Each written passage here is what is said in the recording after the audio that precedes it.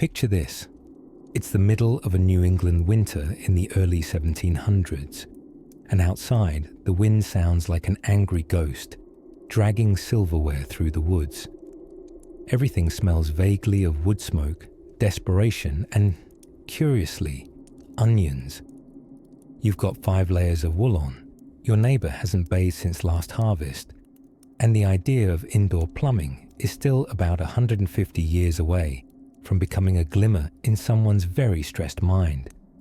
And yet, you are surprisingly warm, toasty even. That's not magic, my friend. That's brilliant, old-fashioned architectural stubbornness.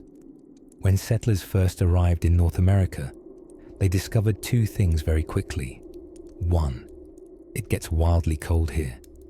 And 2, their romantic European cottages were about as useful in a New England blizzard as a paper napkin is in a hurricane. So began the long, cozy war against winter. And architecture, sweet, sleepy, creaky architecture, was the settlers' most reliable ally. Enter the hall and parlor house. Sound fancy, doesn't it? But those 2 rooms were really all you needed to outwit the frost.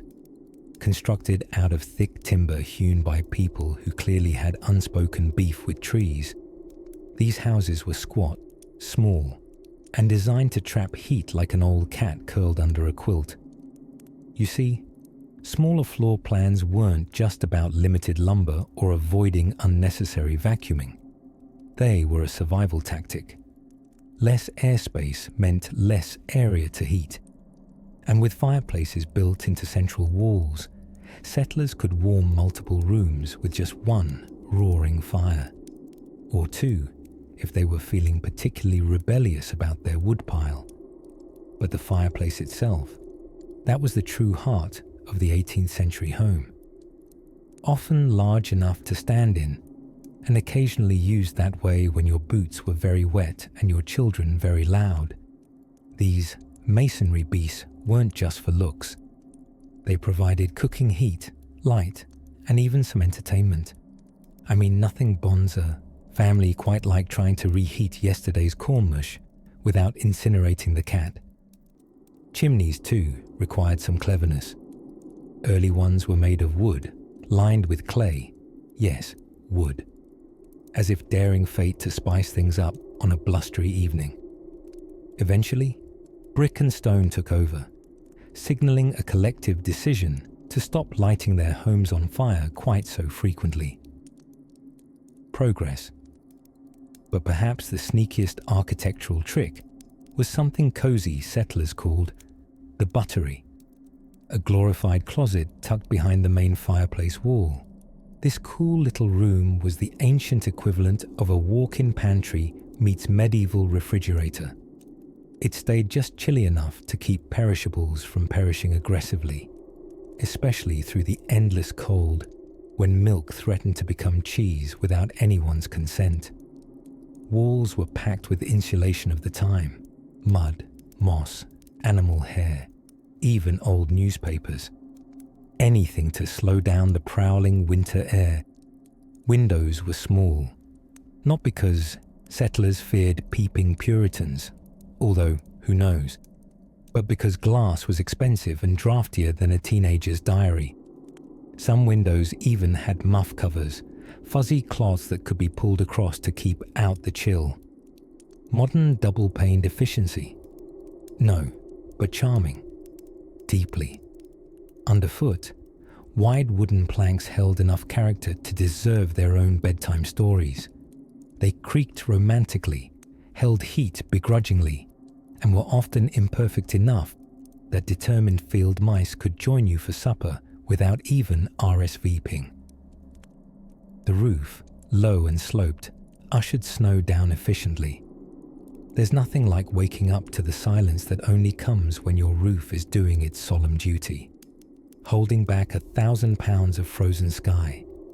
And we must not forget the upstairs sleeping loft, a space so frigid at night, many children slept in 2s or 3s like human nesting dolls. The saying, "sleep tight," even hails from these homes. referring to the ropes that supported mattresses, which had to be tugged and tightened regularly to avoid sagging unceremoniously into tomorrow. So if you ever find yourself in a creaky old settler's cottage, and you're warm in spite of the bitter cold just outside, I invite you to tip your nightcap in honor, not just to the tenacious builders of shuttered, clappered dreams, but to the architecture that cuddled them through centuries of stubborn winters. The buildings may not have smiled, but oh, they hugged. If these stories help you drift off, please subscribe to the channel. It would mean the world to me. And before you fully fade into dreamland, I would love to know where you're listening from and what time it is there. Now, draw your blanket a little tighter and let your thoughts wander quietly to where the walls sleep still and the fire never quite goes out. In the beginning, as winter crept over the slopes and hollows like a drowsy, overly affectionate polar bear, early settlers across the cold corners of North America huddled not in castles or cozy condos, but mostly in mud, logs, and an alarming amount of hope. But not just any logs. You see, that's where the plot thickens like a pot of slow-simmered squirrel stew. These resourceful folks weren't just stacking timber like anxious beavers.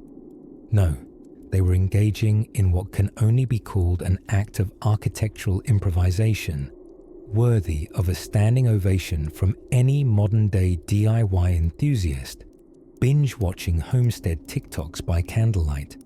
Enter the humble log cabin. Picture it, not exactly majestic, no glimmering chandelier or even insulation by today's standards. But it stood, and in some cases, still does, with notched corners fitted tightly, so tight in fact, they made hugs look impersonal. These interlocking joints, snug and clever, whispered silently through the centuries, "We were built to last." The practice had roots deep in Scandinavian and Eastern European traditions. When those folk migrated to America, dragging not only trunks but age-old wisdom honed under the frosty brows of Norway and Prussia, they brought with them a building style custom engineered to laugh, politely of course, in the face of snowdrifts and icy winds. Vertical beams might have cracked under pressure, but horizontal log stacking acted like a wooden quilt wrapped around settlers' families. More than just a pile of timber, these cabins were acts of thermal resistance. Their thick log walls were like the marshmallow on your hot cocoa.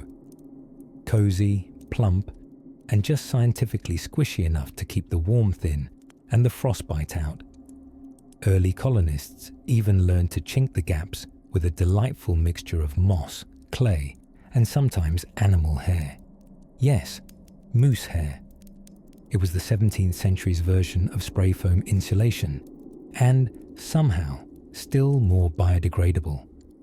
They'd build the entrances low, not because they were short, though they were, on average, less kettlebell obsessed than we are now, but because a smaller door meant less warm air would escape every time someone came in muttering about losing their gloves again. Intentionally, short ceilings helped trap heat closer to the ground level, which made things warmer for both the people and the unusually large wool socks they all seemed to wear year-round. To add a dash of suspense, because every good bedtime story deserves a little thrill, it's worth noting that many of these early cabins were built in sheer defiance of time and materials. Settlers had neither instructions nor instructional YouTube playlists to fall back on. They chopped the trees themselves by hand with tools that were not always as sharp as their determination. Sometimes they had to fell just the right kind of tree at just the right time, because certain woods were more mood-swingy than others. You don't want to build a home out of green timber unless you're into domestic drama. As it dried, the wood would shift, shrink, and suddenly your doorframe would start dating the floor. Let's not forget the winter heating situation, a true balancing act between staying warm and not dying of smoke inhalation. Before chimneys made their grand and rather sooty debut, folks relied on a central fire pit with a hole in the roof. It worked, technically. The cabin would warm up, yes, but so would your lungs. Later, stone fireplaces appeared, often taking up an entire wall, because nothing quite says "I survive off cornbread and resolve" like heating your home with a flaming boulder. Yet despite their crude charm, these cabins offered more than warmth. They provided privacy, security, a little dignity, and room for bread dough to rise away from the squirrels. Winter could be brutal, hungry, and long, but with a sturdy roof overhead, even if it did drip a bit when the snow melted, families could dream safely. And as evening settled and winds howled outside, there was a curious kind of peace found in flickering firelight and groaning timbers. These cabins weren't just shelters.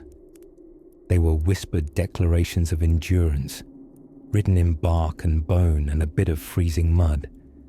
Next time, we'll tiptoe a little deeper into how these clever early dwellers used earth itself, yes, the humble ground under your feet, to build something even toastier.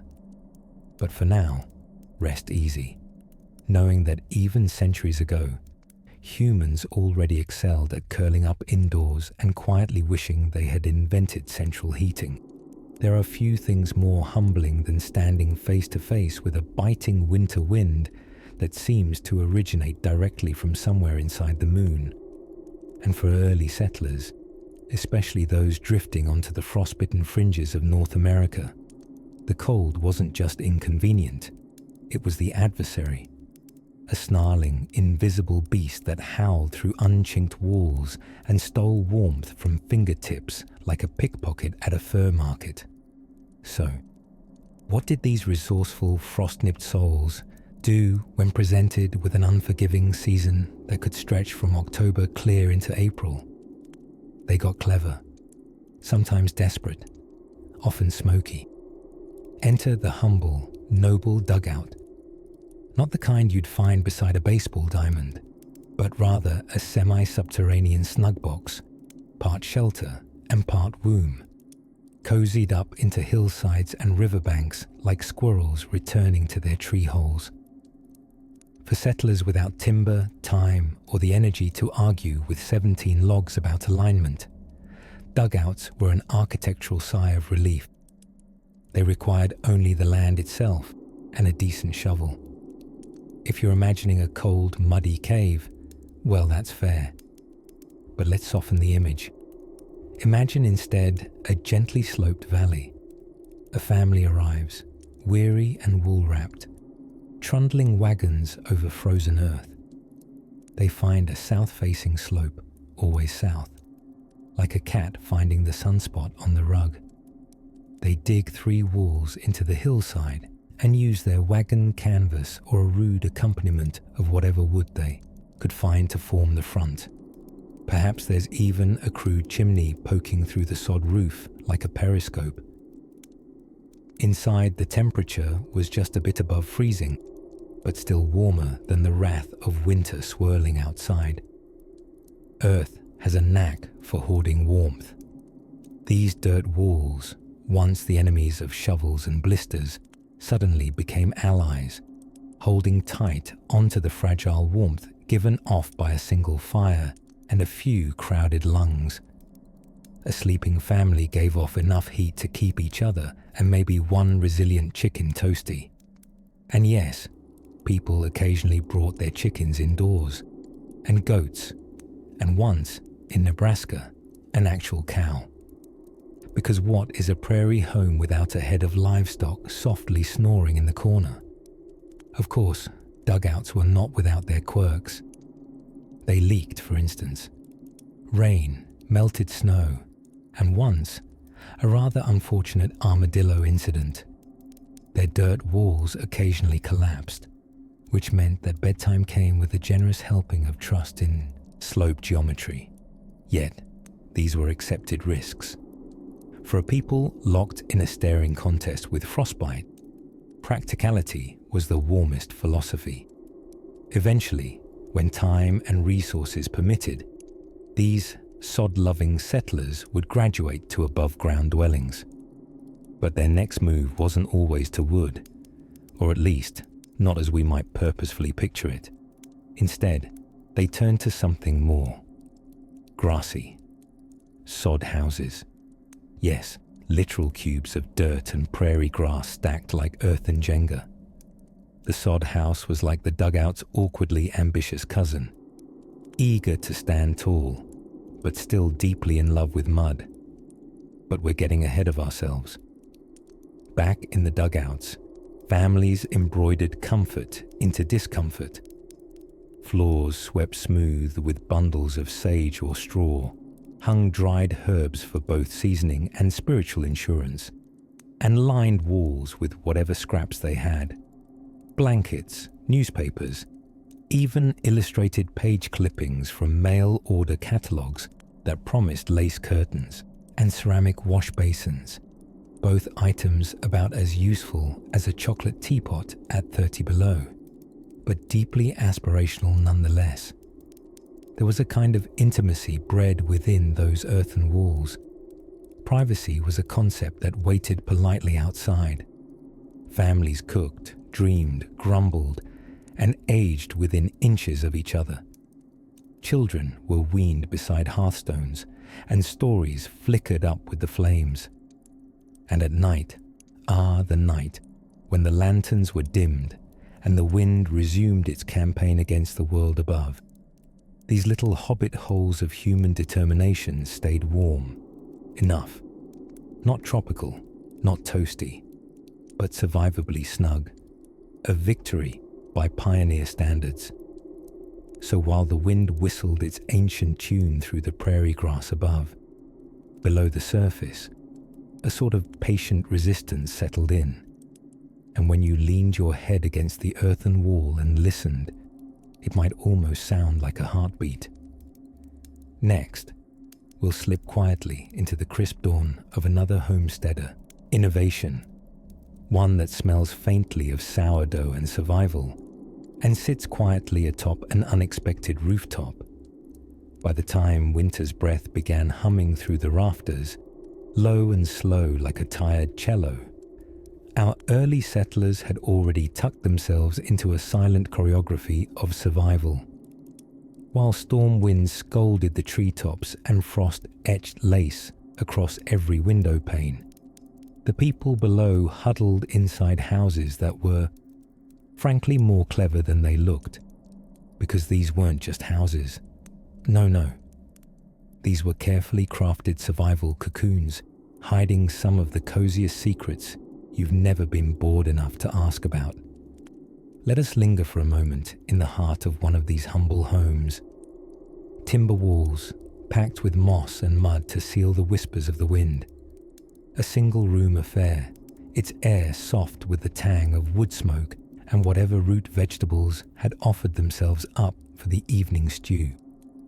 In the far corner curls a family, 2 generations deep, wrapped in quilts that had more patches than original fabric, each square a warm memory sewn into one continuous yawn. Now, while the fire was the obvious star of this frosty drama, the architectural unsung hero was something settlers borrowed from Mother Nature herself. The earthen floor. Yes, to the modern ear, dirt floor may sound like a design failure, or perhaps the setting of a particularly grim fairy tale. But in truth, it was marvelously functional. Dirt holds heat, especially when tamped down hard and kept dry, like a massive invisible hot water bottle gently radiating upward while the winds shook their frosty fists outside. Some more advanced cabins went positively avant-garde and included a root cellar, a cool earth-lined pantry dug below the home. But these weren't just underground vegetable hotels. No, root cellars had multiple roles. By storing food below the frost line, settlers could keep potatoes, apples, and turnips from staging premature funerals all winter long. And when the family dog went missing, well, sometimes he wasn't lost, just pleasantly dozing beside a warm cabbage pile. Another architectural wonder of the winter cabin was the low ceiling. Yeah, you didn't need to be a tall person to suffer a skull thunk or two. But those tight quarters weren't just to keep occupants humble. Lower ceilings helped trap heat near the living space, transforming smoky cabins into slightly warmer smoky cabins, which, if you think about it, was kind of like upgrading from a 1-star igloo to a 2-star sauna that serves stew. And then, of course, we have the genius of double-duty furniture. A box wasn't just a box. It was a storage chest, a bench, and a warming nook for feet, too clever to stay cold. Beds were shoved into wall recesses, known as built-ins, a term now beloved by modern designers and long forgotten by the grandmothers who pioneered it with a saw, a prayer, and a disgruntled teenager holding a lantern. Let us not forget the chimney, a smoky marvel of frontier engineering, likely built with a rickety grace that could only be described as mostly upright. Unlike today's sleek brick towers, these chimneys were often crafted from sticks packed with mud, then sealed with a prayer and a splash of sheer delusion. They did work mostly, although they also had a charming tendency to catch fire, disrupt dinner, and sometimes collapse like a judgmental Jenga tower. This was more of a feature, really, keeping settlers on their toes and ensuring a healthy respect for drafts, both the cold kind and the smoky, eye-watering kind.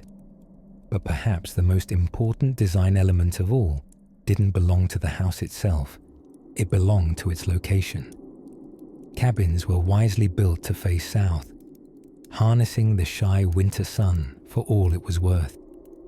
Even the briefest glint of golden light through a cloud-creased sky could warm the soul and dry damp socks. And for the architects of the wilderness, those were victory margins. So yes, the homes may have groaned, the floors may have grown moss, and the roofs may have wheezed in particularly emphatic windstorms. But they stood. They held their people through long nights and longer winters as the world outside powdered itself in white. And as shadows lengthen, flickering past fire-lit walls, one can't help but wonder, what other quiet secrets were built into these early havens, not of luxury, but of luminous intent? Tonight, let's let the cold stay outside, tapping gently at logs sealed long ago, while we venture just a little deeper, where warmth rises not only from timber walls, but from something deeper still. As the sun slipped lazily behind the molasses-thick clouds, plunging the highlands into a long winter's nap, early settlers faced the frosty months with what one might call an architectural wink and a firm grasp on practical necessity. You see, when you've got 5 layers of wool socks but only 2 layers of house, something's got to give, and it better not be the frostbitten toes. Settlers were a resourceful bunch. They didn't spend cold evenings scrolling through weather apps and debating soup recipes. No, they spent them huddled around the heartbeat of their survival. The home they built, but not just any home. Oh no. This was where human ingenuity, necessity, and an uncanny love for mud came together in what we might call the unspoken brilliance of frontier architecture. Take the sod house, for example, a name that sounds like the title of a very polite crime novel, but in reality was the humble, earthy structure that offered settlers protection from howling prairie winds and the sort of cold that made your bones ring like church bells in January. Built from thickly cut strips of grass and soil, yes, literal chunks of prairie, the sod house was Earth's version of a weighted blanket.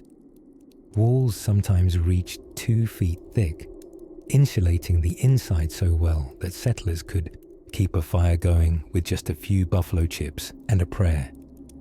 And yet, these houses were not glamorous. No one bragged about their open floor plan, unless you counted completely open to critters. The floors were often dirt, which had the double benefit of being always available and always coming inside with you on your boots.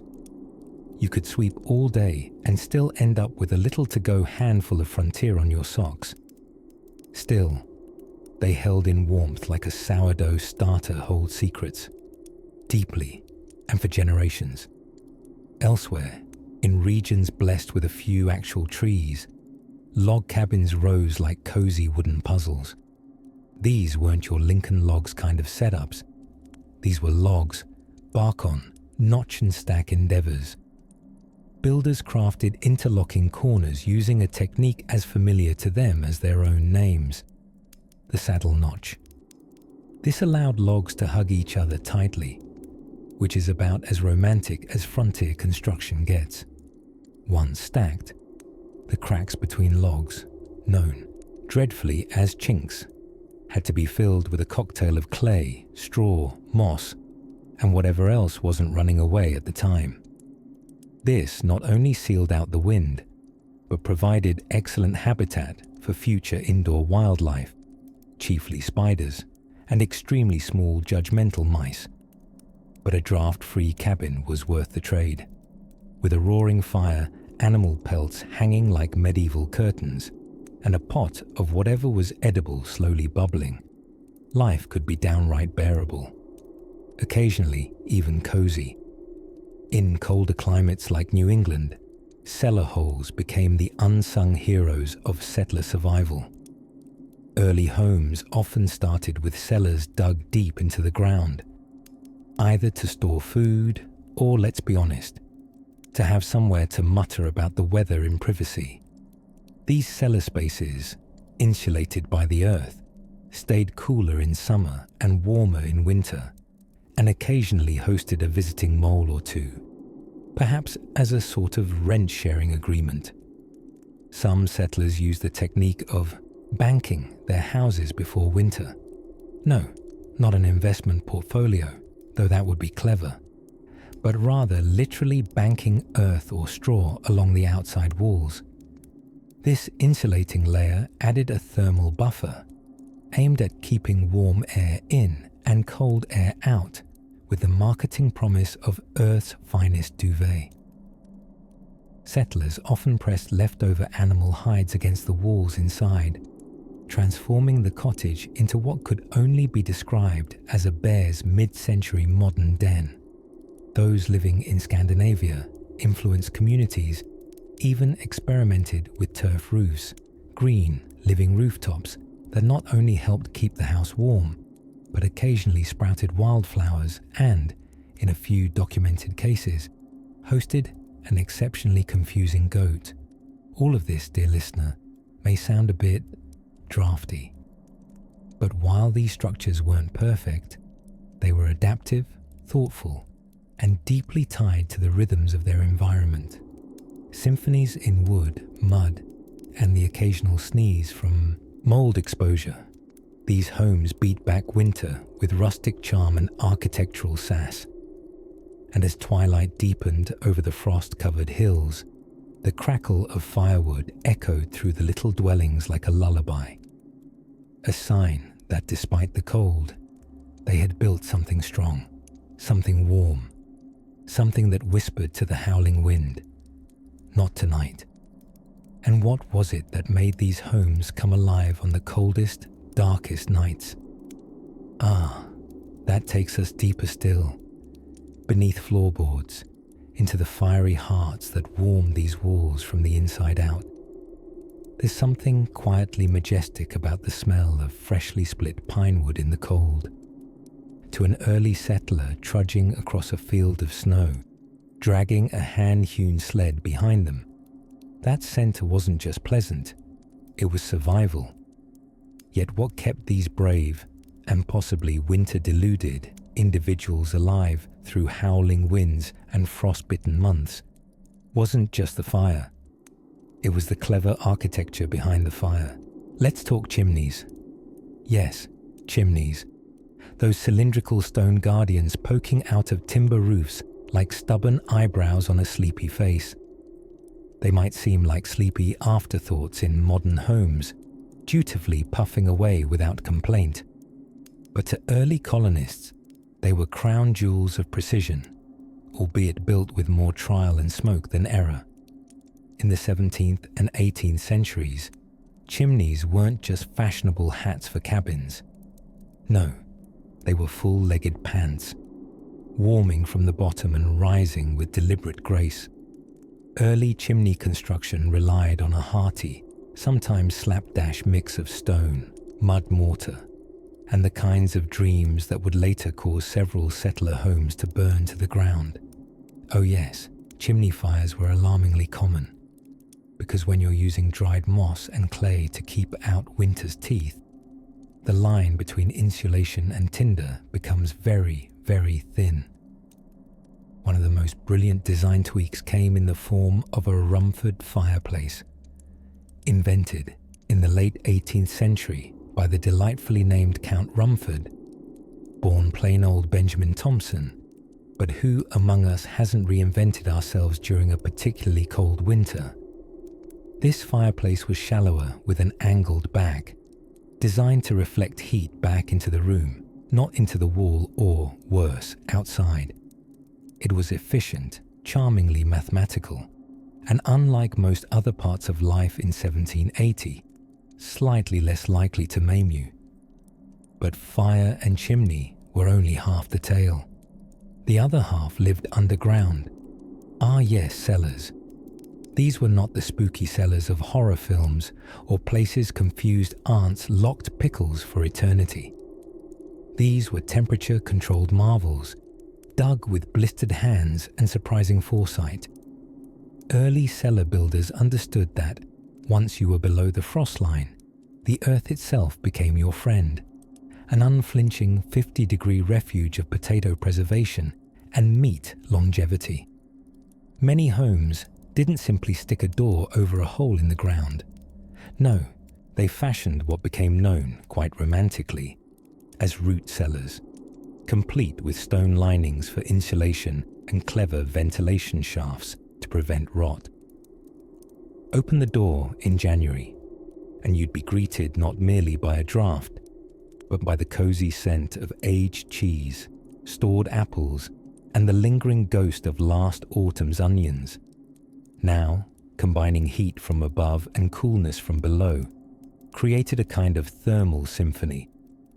Flooring often sat above the ground with a crawl space or dead air layer to buffer against the elements.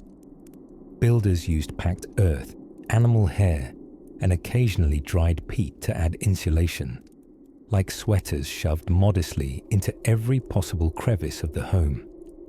And in communal settlements, like those found in New England or the frosty edges of Pennsylvania, knowledge traveled faster than letters.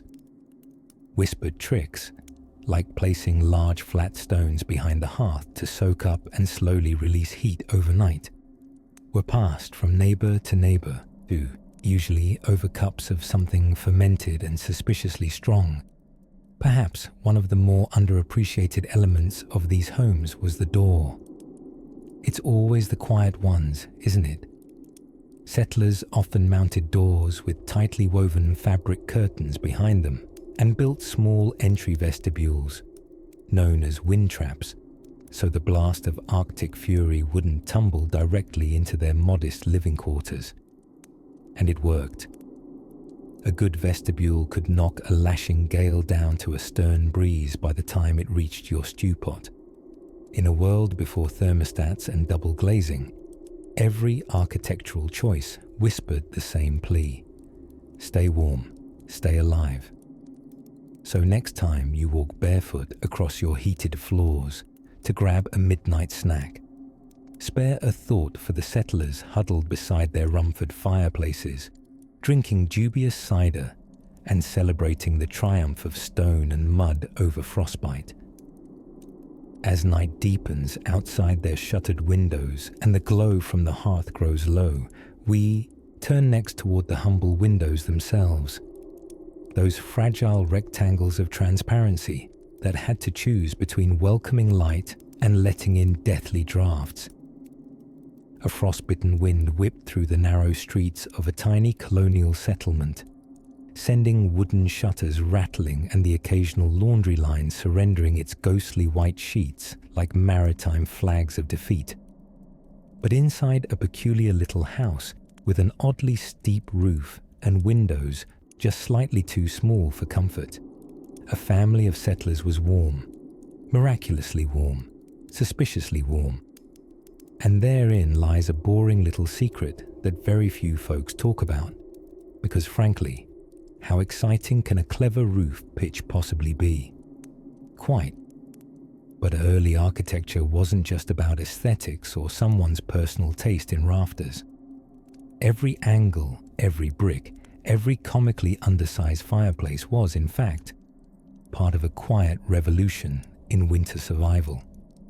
Let's begin with that roof. You see, steep rooftops weren't just designed for dramatic flair or for making squirrels feel like they were living on the edge.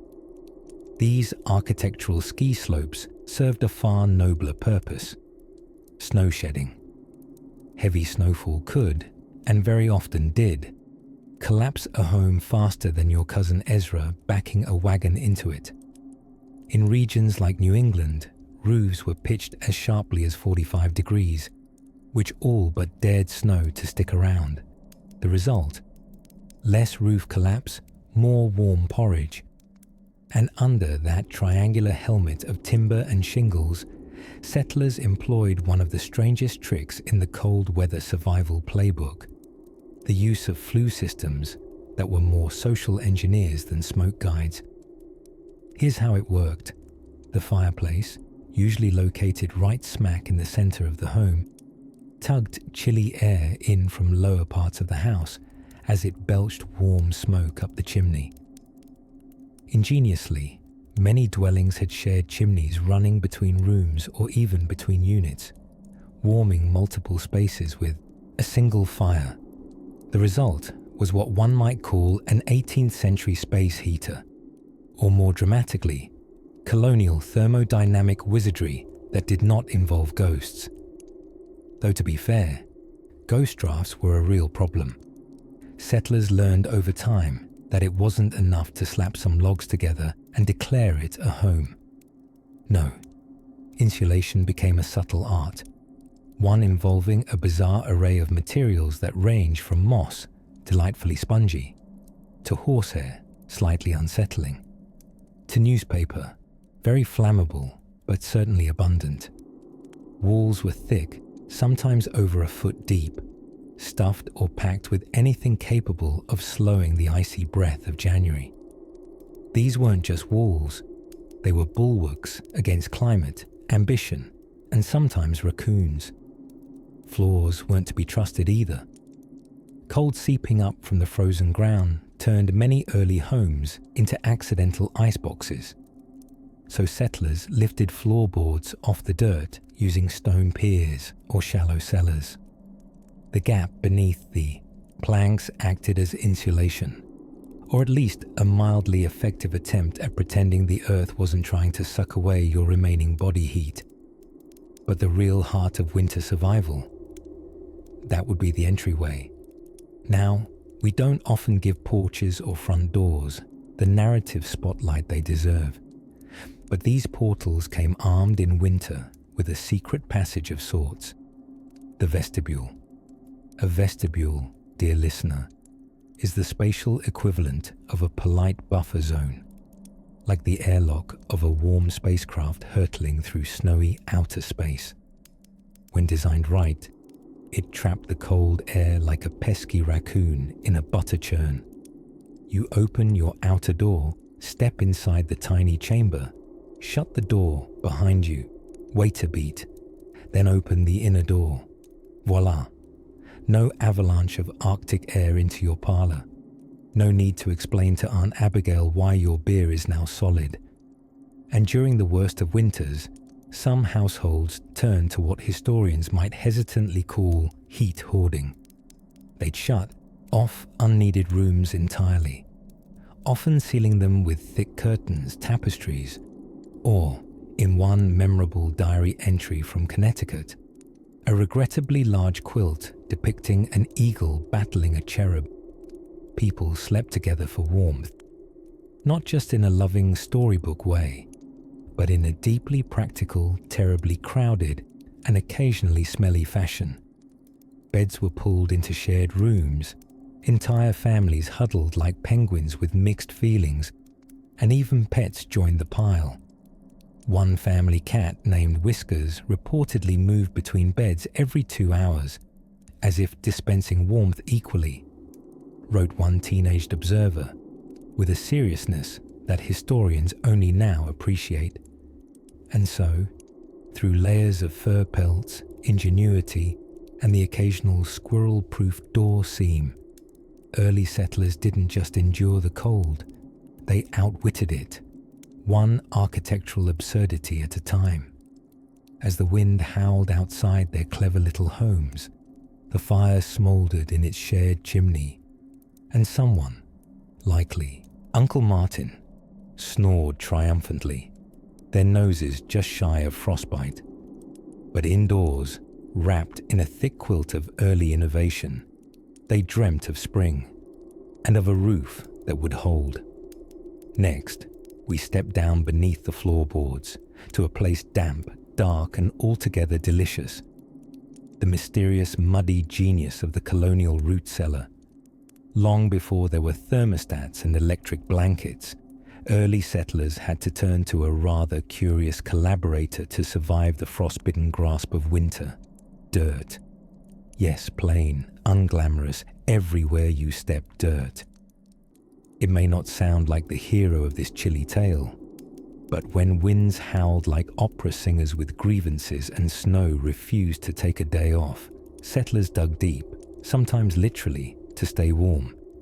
One of their most oddly cozy strategies: half-buried houses. Now imagine a hobbit hole, but with less charm and more desperation. These were called dugouts, and they were delightfully practical. Dugouts were homes scooped out of the earth, often into hillsides, creek banks, or flat prairies if they were feeling adventurous. A frontier Netflix binge would involve leaning against the mud wall, wrapped in itchy wool, listening to the fire crackle and perhaps the sound of a goat having second thoughts somewhere outside. Why dig into the ground at all? Because dirt, humble as it is, holds temperature remarkably well. Below the frost line, about 3 to 4 feet down, the earth maintains a fairly constant temperature year-round, usually between 50 and 60 degrees Fahrenheit. That might not sound toasty with today's central heating, but compared to the sub-zero ice rinks going on outside, it was essentially nature's heated blanket. These homes weren't just earthly hollows, though. Settlers brought a can-do spirit, a bucketful of hope, and often an alarming disregard for building codes. With just a few days of digging and scavenging old boards or sod for roofing, a family could have themselves a snug little earthen cave faster than you could spell frostbite. Sod roofs were another icy season masterpiece. We typically don't think of turf as insulation, and have probably spent a great deal of energy trying to keep it out of the gutters. But to early pioneers, it was practically magic. Bricks of earth, often cut from prairie grass with its roots still intact, were stacked over wooden frames to create living, breathing roofs. No, not metaphorically breathing. These things dropped bugs, dirt, and the occasional bored rodent right into the soup. But they also trapped heat, absorbed moisture, and crucially, didn't burn when the sparks flew from the fireplace. These soddies, as some called them, were cozy in a lopsided, itchy kind of way. And while the walls might dramatically shed chunks of earth during dinner, they rarely collapsed entirely. which in the winter frontier was the architectural equivalent of a standing ovation. Now, with winter wind grumbling outside like a bear that missed lunch, you might be wondering what other tricks settlers leaned on. And so, allow me to introduce you to the glorious architectural wonder of the sleeping loft. Not an ornate perch, mind you. These were simple platforms, sometimes just some planks above the main living space. But what they lacked in glamour, they made up in warm air. Hot air, it turns out, likes to party up high. So nestled above the central hearth, you could tuck yourself into a bale of quilts and slowly roast into a semi-conscious frontier dumpling. Sharing body heat helped too. Families of 8 or 10 might all pile into one bed like hibernating marmots, if marmots wore bonnets and snored in harmony. Folks got creative. If insulation ran low but stubbornness ran high, people stuffed cracks in cabins with mud, moss, or even pages from old newspapers. An early example of reducing your carbon footprint while rereading last year's cricket scores. And while the architecture was high on survival and low on aesthetic charm, it created a kind of intimacy you don't find in modern homes with guest rooms and shoe closets. Everyone slept close, cooked close, lived close, and whispered their dreams to each other by firelight, half wrapped in blankets, half encased in adobe. Strange as it sounds, the walls themselves seem to settle in around them, like a second skin of the earth. Mud and sod may not carry the fragrance of cedar wood or the sleek finish of stone, but in the battle against a brutal winter, they were a gentle embrace from the ground they lived on.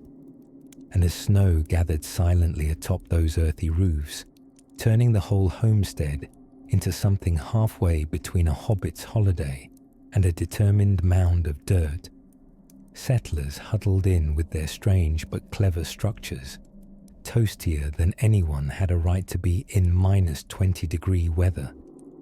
How else did these resourceful humans defy the chill and keep from becoming icicles with hats? Well, as it turns out, the magic didn't stop at the walls or rooftops. It went right under their feet. As dusk yawned across the snow-fringed forests of New England, the early colonial settlers did something rather peculiar and unusually clever. They didn't just stack logs and call it housing. No, in their quiet race for warmth and survival, they began to do something our ancestors rarely get credit for. They engineered the art of snugness. You see, a cozy life isn't merely about adding more furs or complaining about your neighbor's drafty shutters, though both were frequently done. It's about shaping your very home into a silent ally against the cold. And to that end, the settler's favorite architectural partner came in a surprising form. Earth. Yes, dirt, soil, the stuff you brush off your shoes. The English settlers, as they arrived in the unforgiving chill of the early 1600s, discovered that the native peoples, and indeed the Europeans before them, had figured out something deeply unsexy, but eternally cozy. If you dig in or build low, the earth itself becomes a living blanket. And so, the dugout house found its modest moment of fame. Not the flashy sort of fame where buildings get statues, but the quiet fame of being warm enough to keep your teeth from chattering through supper. These homes were partially built into hillsides, using the insulating embrace of earth to trap warmth. Now, let's be clear, a dugout isn't winning any Renaissance architecture awards. The ceilings were low, especially for the unfortunate tall settler, who soon learned to stoop and shuffle like a man one insult away from permanent limbo posture. And the floor was, well, usually just the ground. But they worked. Oh, how they worked. By building into a slope or surrounding a structure with packed earth, early settlers achieved something glorious: thermal mass. That's a scientist's way of saying congratulations, your house now hugs you back. The ground stayed cooler in the summer, but more importantly, warmer in the winter, making it a welcomed old friend who never speaks unless asked, yet never stops protecting you from frostbite. Now, perhaps you're wondering how one decorates a dugout. Well, let's just say Martha Stewart would not have been invited. The furniture was sparse, often made of rough timber or stones pulled from nearby streams. Windows were rare, which made natural lighting a poetic impossibility, and candles doubled as both light and something to squint dramatically into while contemplating why you ever left Devon. But despite, or perhaps because of, these Spartan conditions, settlers became crafty, literal temperature spies. They stuffed moss and animal hair into wall seams like nature's own caulking. They layered floors with hay, rugs, or, in desperate cases, old coats, and possibly a few passive-aggressive in-laws they couldn't shake after the holidays. Consider the strategic placement of the hearth, often smack dab in the center of the room. Not because they needed symmetry, but because this was survival geometry. A central hearth meant everyone huddling equally around the fire, their shadows flickering on earthen walls. The very definition of early American ambience. Oh, and let's not forget the chimney, arguably the most fought-over invention in colonial architecture. A good chimney could make or break a winter. These early chimneys were often made from wattle and daub or field stones, held together with charming optimism. They smoked frequently, misbehaved regularly, and more than once tried to bring down the entire house in moments of charcoal rebellion. Yet they remained, because without one, your house became what experts call a wooden ice cube tray. In some cases, when bricks were scarce and stone wasn't handy, chimneys were built from timber and coated with clay. Yes, flammable wood chimneys caring for fire indoors. It's the sort of idea that looks better on parchment than practice. And yet, ingenuity often begins in desperation and ends in, well, occasional disaster followed by a slight redesign. And while the night stretched endlessly outside, inside these half-buried, moss-sealed, smoke-smudged rooms of warmth, families made do. They whispered stories, shared salted pork and root vegetables, and clutched mugs of something hot and slightly unidentifiable. Beneath the weight of winter and the quiet creak of timber, they were not mere survivors. They were architects of adversity, designing their way toward comfort in a world that tested even the warmest woolens. As the snow drifted endlessly beyond their walls of earth and timber, another lesson was slowly forming in the dim, orangey glow of the hearth. That warmth, true warmth, isn't just measured in degrees, but in layers of ingenuity. And just as their hearths glowed steadily through the night, so too would another clever adaptation take shape, one that would transform not just how they endured the cold, but how they built their future. By the time winter's bite could be felt in the soles of boots and the creak of timber beams, early settlers had already undertaken their annual ritual of sealing their homes up like oversized wooden tortoises. But before the firewood crackled, before the powdered snow pressed against windows with a gossiping wind, there was a secret measure of preparedness, a hidden figure that made all the difference. No, not the village blacksmith or the ever-complaining miller. It was the chimney. Yes, dear dreamer, the humble chimney, architectural nose of the homestead, always sniffing upward, belching the earthy perfume of burning logs. But behind its sooty, smoky roll as a vent was a surprisingly strategic thermal engineering marvel. And it was more than hot air. You see, Long before thermostats beeped and radiators clanked, settlers relied on these stone and brick spires to both heat and hearten their homes. And not just any chimneys. There was an art to the thing. A quiet science passed down more in practice than parchment. In many colonial settlements, from New England down to the Appalachian Hollows, chimneys weren't just practical. They were foundational, literally. Builders often anchored them right in the center of the house. A central chimney, you see, was like the warm core of a cinnamon bun. It radiated gentle heat in all directions and kept the walls from groaning too loudly when frost rolled in, dressed like a general. But of course, people being people, arguments flared over chimney placement like kindling in a hearth. Some preferred external chimneys, bolted to one side of the house like stubborn architectural afterthoughts. Keeps your house from burning to the ground, muttered many a smoky-eyed elder. And they weren't wrong.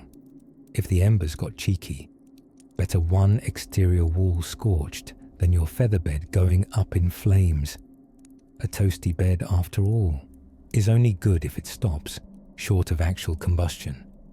Whatever the placement, chimneys were built with such care you'd think they were conjuring spells, not just venting smoke.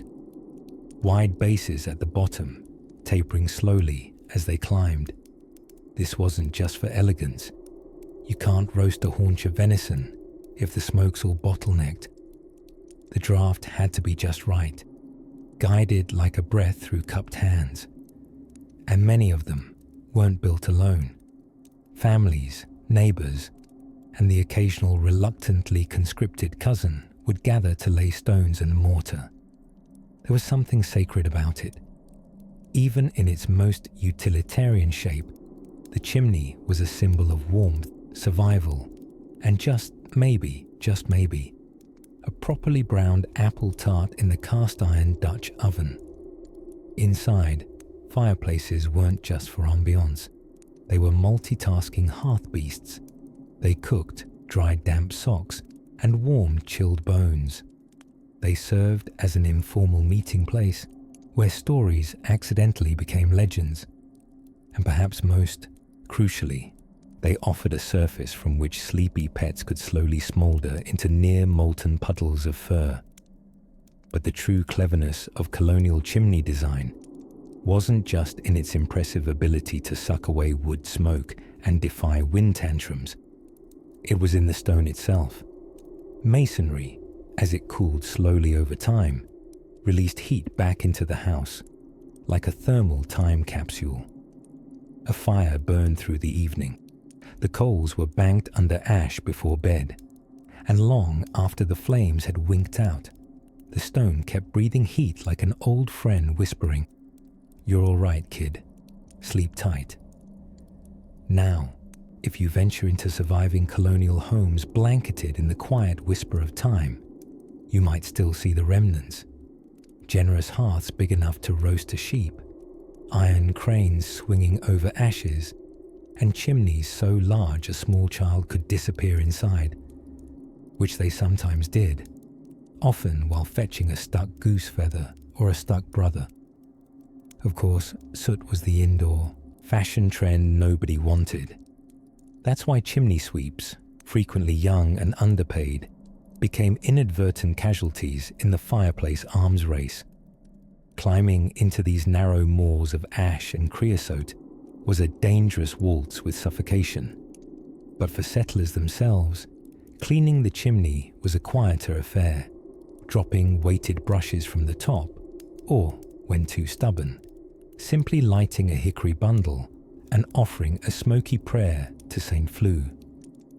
The chimney, then, was no idle architectural protrusion.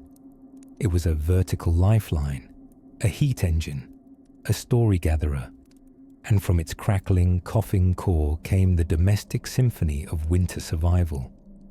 As snow thickened outside, draping the world in muffled grace, the hearth kept beating, stone by warm stone.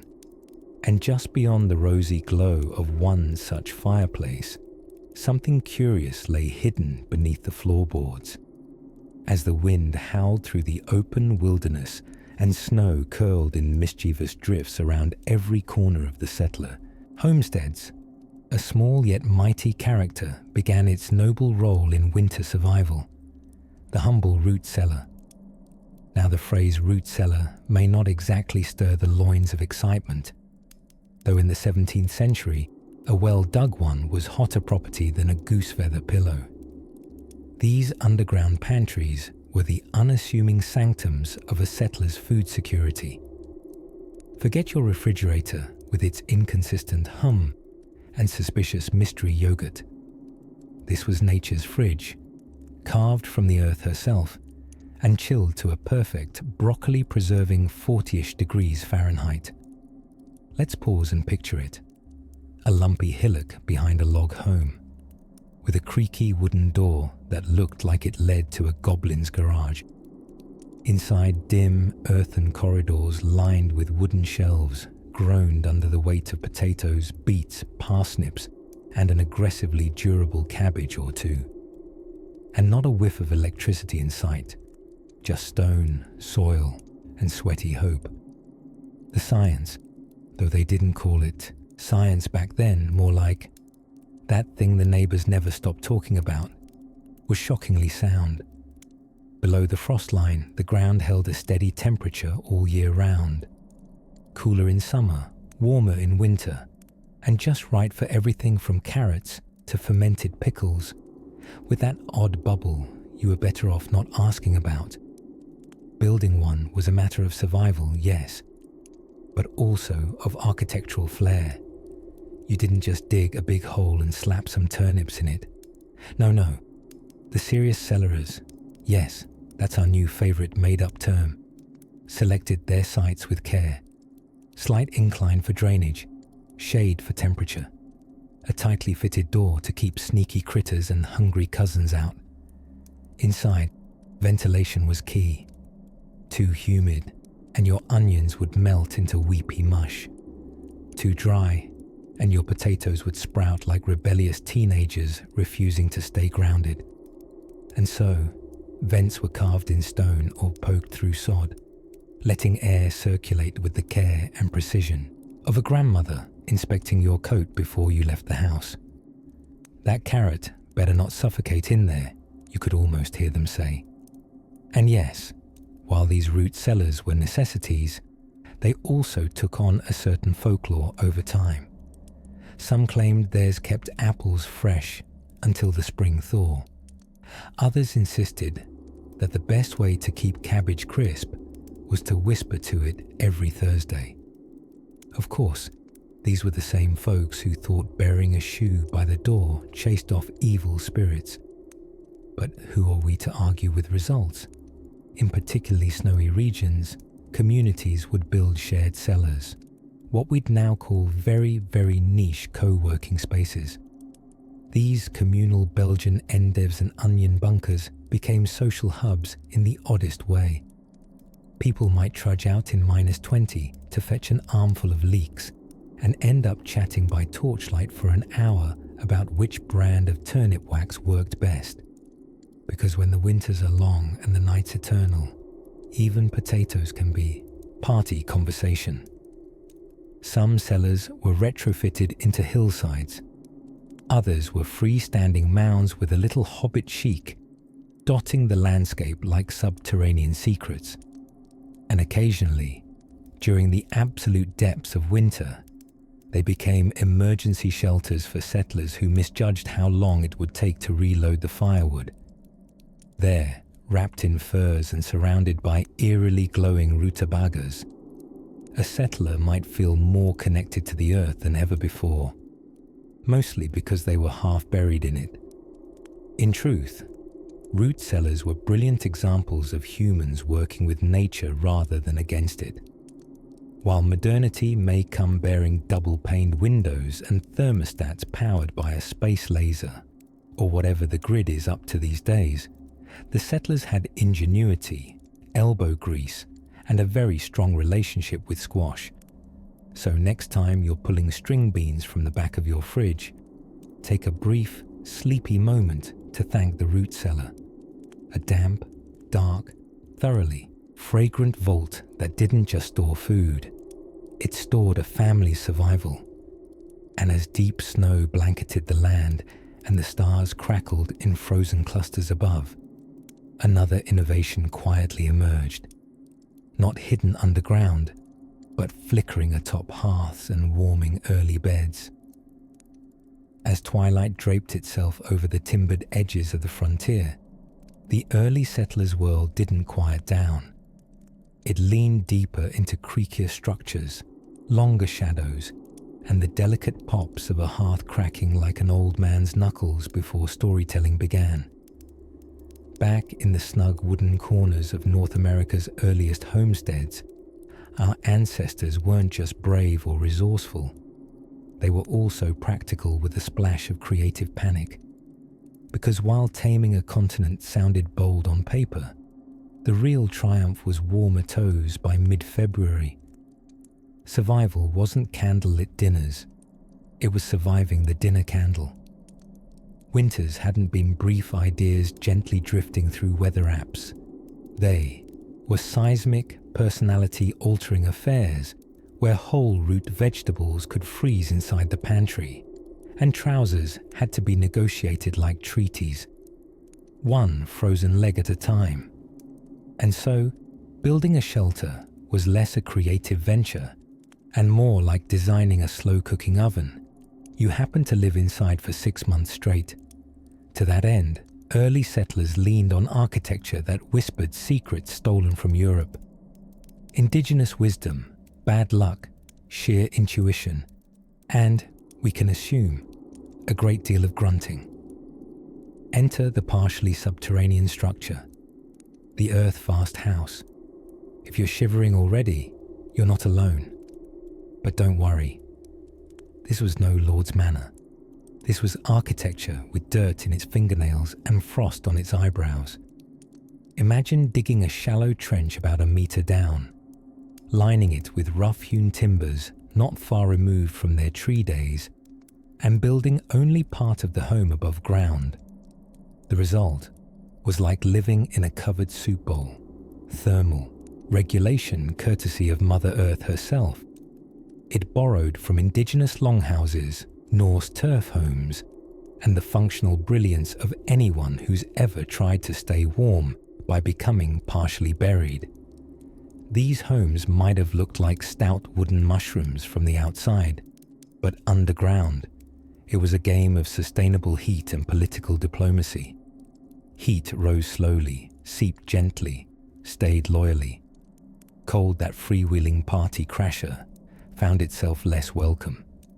And then came the great hero of warm toes, the fireplace. Not just a place to roast the occasional unlucky pheasant, but the centerpiece of winter's survival strategy. Enormous, sometimes triple the width of your average settler, these hearths doubled as kitchen, furnace, storytelling arena, and sometimes unofficial nap zone for the dog, a toddler, or a great uncle who'd had one too many acorn-based cordials. Chimneys, if present, were largely made of wattle and daub or clay-lined wood. Ingenious, if flammable, smoke might lazily meander out when it felt like it. Or it might simply swirl around the room like a disappointed ghost until the family learned to keep all windows cracked just enough to let it escape, but not enough for the blizzards to RSVP. Then, perhaps feeling innovative or desperate, settlers turned to insulation. In today's world, we think of insulation as rolls of expensive pink fluff, but in settler homes, insulation involved mud-stuffed cracks, moss-lined crevices, wool hangings along the inside of walls, and entire families huddled together like particularly cold sardines. Interior walls were rare. A home might have one room to rule them all, and in that room, cooking, dining, sleeping, socializing, arguing, apologizing, and chicken rearing all happened. And all beside the fireplace, whose flickers of light danced across the beams above like mischievous fireflies, casting stories in shadow. Outside, the wind would strum the bark-shingled roofs with icy fingers. The snow piled like forgotten frosting, thick and silent. But inside, the air was warm, tinged with wood smoke and the quiet murmur of conversation. Perhaps a fiddle might sulk in the corner, waiting for its moment between chores and dinner, if there was dinner. And while porcupine stew might not inspire ballads, it warmed the belly.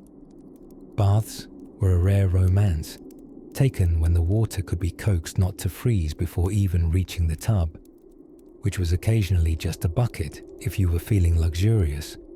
Still, all was not bleak. There were riddles by lantern light, patchwork quilts stitched by generations of half-frozen fingers, the right kind of silence where even the wind seemed to pause to listen. It was life, tight-knit and wool-wrapped, clinging valiantly to the idea of spring someday remembering their name. The architectural secrets of survival weren't always elegant, but they worked. A sloped roof wasn't just practical, it was a shield. A thick wall wasn't just security, it was a hug made of planks. Even a threshold wasn't just a door, it was the line between the frostbitten world and the smell of cedar and fire-roasted hope. And as winter deepened its hold and stars waltzed coldly overhead, settlers would press one ear to the log walls, listening not just for wolves, but for the subtle creak that meant the home was holding strong, holding them. Which brings us gently to another whispered survival trick. They called it chinking, a seemingly humble art that just might have been their coziest, muddiest, most underestimated secret of all. Out beyond the frosted plains and creaking woodlands where snow gathered like whispered secrets, early settlers faced a simple truth. Fires were cozy, yes, but walls were wiser. And so came the rise of the remarkable winter-proofing invention, known not as a magical device or enchanted object, but rather something tragically unromantic. Wattle and daub. Yes, it sounds like an aimless barnyard duo from a forgotten folk tune. But in fact, it was a structural technique that helped settlers stand their ground, while the wind howled like an unpaid musician at the shutters. Wattle was essentially a stick lattice, woven as casually as you might braid your beard when lost in thought.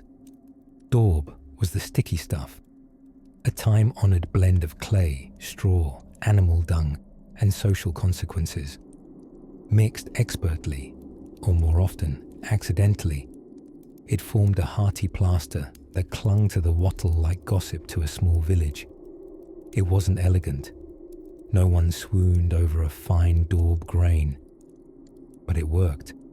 When snow threatened to turn roofs into pancakes and breezes muscled indoors uninvited, the humble wattle and daub walls held firm. They became thermal traps, slowing down heat escape just enough to ensure that morning porridge didn't freeze into sculpture before being eaten. These walls, though thick with mud and historic odour, were a form of folk insulation, building by feel and by need. There were no permits, of course, only the approving nods of neighbours who appreciated a good, solid wall that didn't collapse at the first sneeze of a blizzard. But some settlers, especially higher up in the Appalachian ridges or deeper into the northern colonies, added a particularly clever twist: moss chinking. Now, I know what you're thinking. Chinking sounds like something done to a stein at a tavern. And you'd be both right and entirely off the mark. In log cabins, the natural gaps between round logs needed filling to stop creatures of both whisker and weather. Enter moss, nature's undervalued stuffing. It was soft, insulating, and surprisingly absorbent, both of moisture and conversation. Packing log crevices with moss chinking was a way to weather seal a home before weather stripping got all fancy and factory made. The best moss came from north-facing tree trunks, plucked delicately like eyebrows by settlers who knew their fungi. It could be mixed with clay for longer-lasting insulation, or replaced with dried mud if the squirrels got too grabby. Of course, not all winterproofing was structural.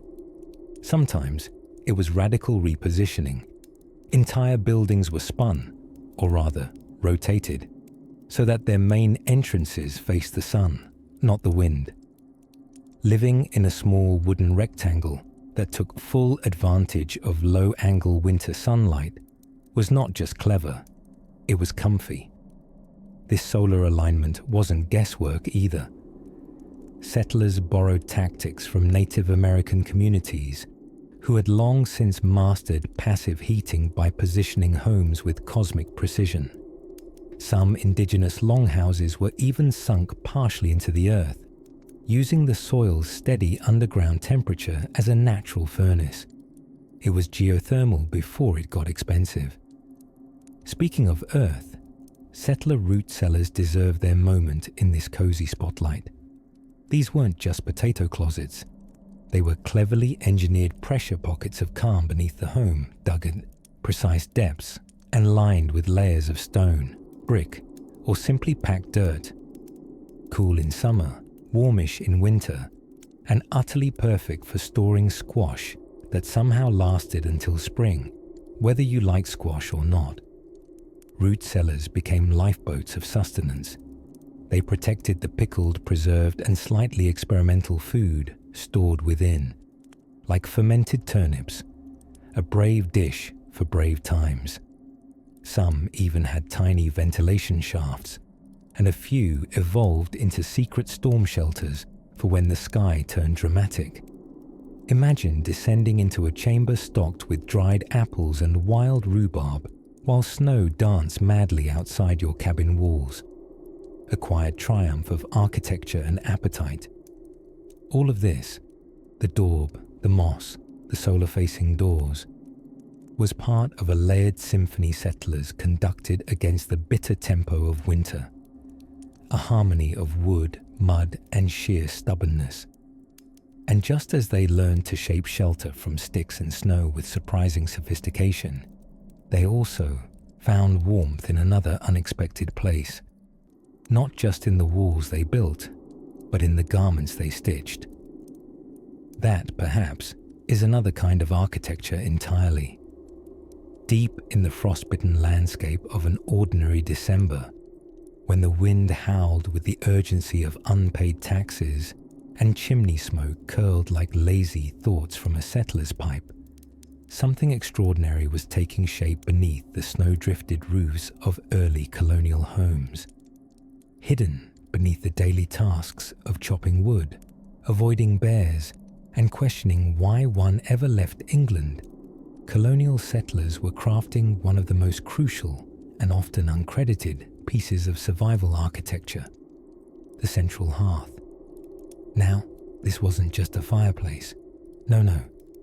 Calling it just a fireplace would be like calling Benjamin Franklin a man with a kite hobby.